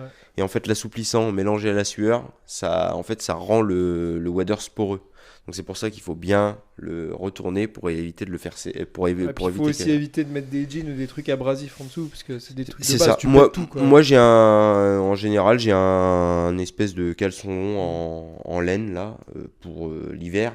Pour l'été, je mets des trucs un peu plus frais, tu vois, quand même, parce que j'ai des caleçons lycra, tu vois, des caleçons longs lycra, et c'est très bien. En fait, par contre, je pense réellement que si on veut éviter les mauvaises odeurs, etc. l'été, c'est bien de toujours mettre quand même un caleçon long. Même si on a trop chaud, tant pis, mais le caleçon long retiendra la sueur. Ah, mais parce maintenant, que, en été, on n'a plus d'eau dans les rivières en France. On peut y aller en il y a claquette. encore des rivières où il y a de l'eau, t'inquiète. Mais non, mais voilà, ce que je veux dire par là, c'est que des fois, il y en a qui se mettent en calbar sous le water, Ouais. c'est quand il fait 35 degrés.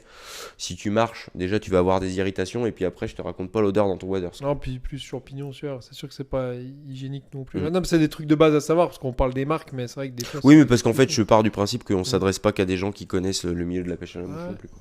Non, mais t'as raison. Mais écoute, franchement, François, c'était top. Franchement, c'était un super voyage. Et encore, on va pas faire 20 heures, mais il y a encore les gaves, il y a plein de choses. Mais Ouais, la bah prochaine après- fois, on y reviendra après quelques voyages. Et, franchement, tu nous as fait rêver. Moi, j'adore de plus en plus avoir tous des profils différents, complémentaires.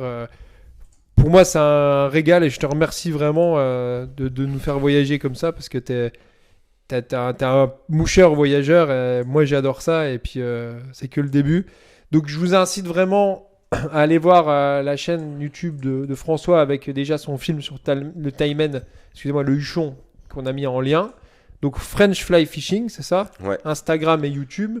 Donc, vous vous abonnez et il y a des autres vidéos qui viennent. Et puis voilà, c'est un plaisir. Donc, c'est que le début. Il va faire d'autres vidéos, il y a d'autres voyages. Bah, je te remercie énormément. Voilà, moi Mais j'étais très de rien. content que tu repartes avec ce Ouais, magnifique bah, tableau. merci beaucoup parce que Ce sera- vraiment, il est vraiment magnifique ce tableau et je le vois déjà bien dans ma salle à pêche. On va pouvoir dessiner des huchons, on va faire quelque chose. J'ai aussi des rêves, on verra ça, de l'exo, des huchons, on en reparle en privé. Carrément. Bah, je te remercie, écoute, à la prochaine, à Ouais. bientôt pour de nouvelles aventures. Et puis, amis pêcheurs à la mouche, bonne soirée, bonne journée et à bientôt.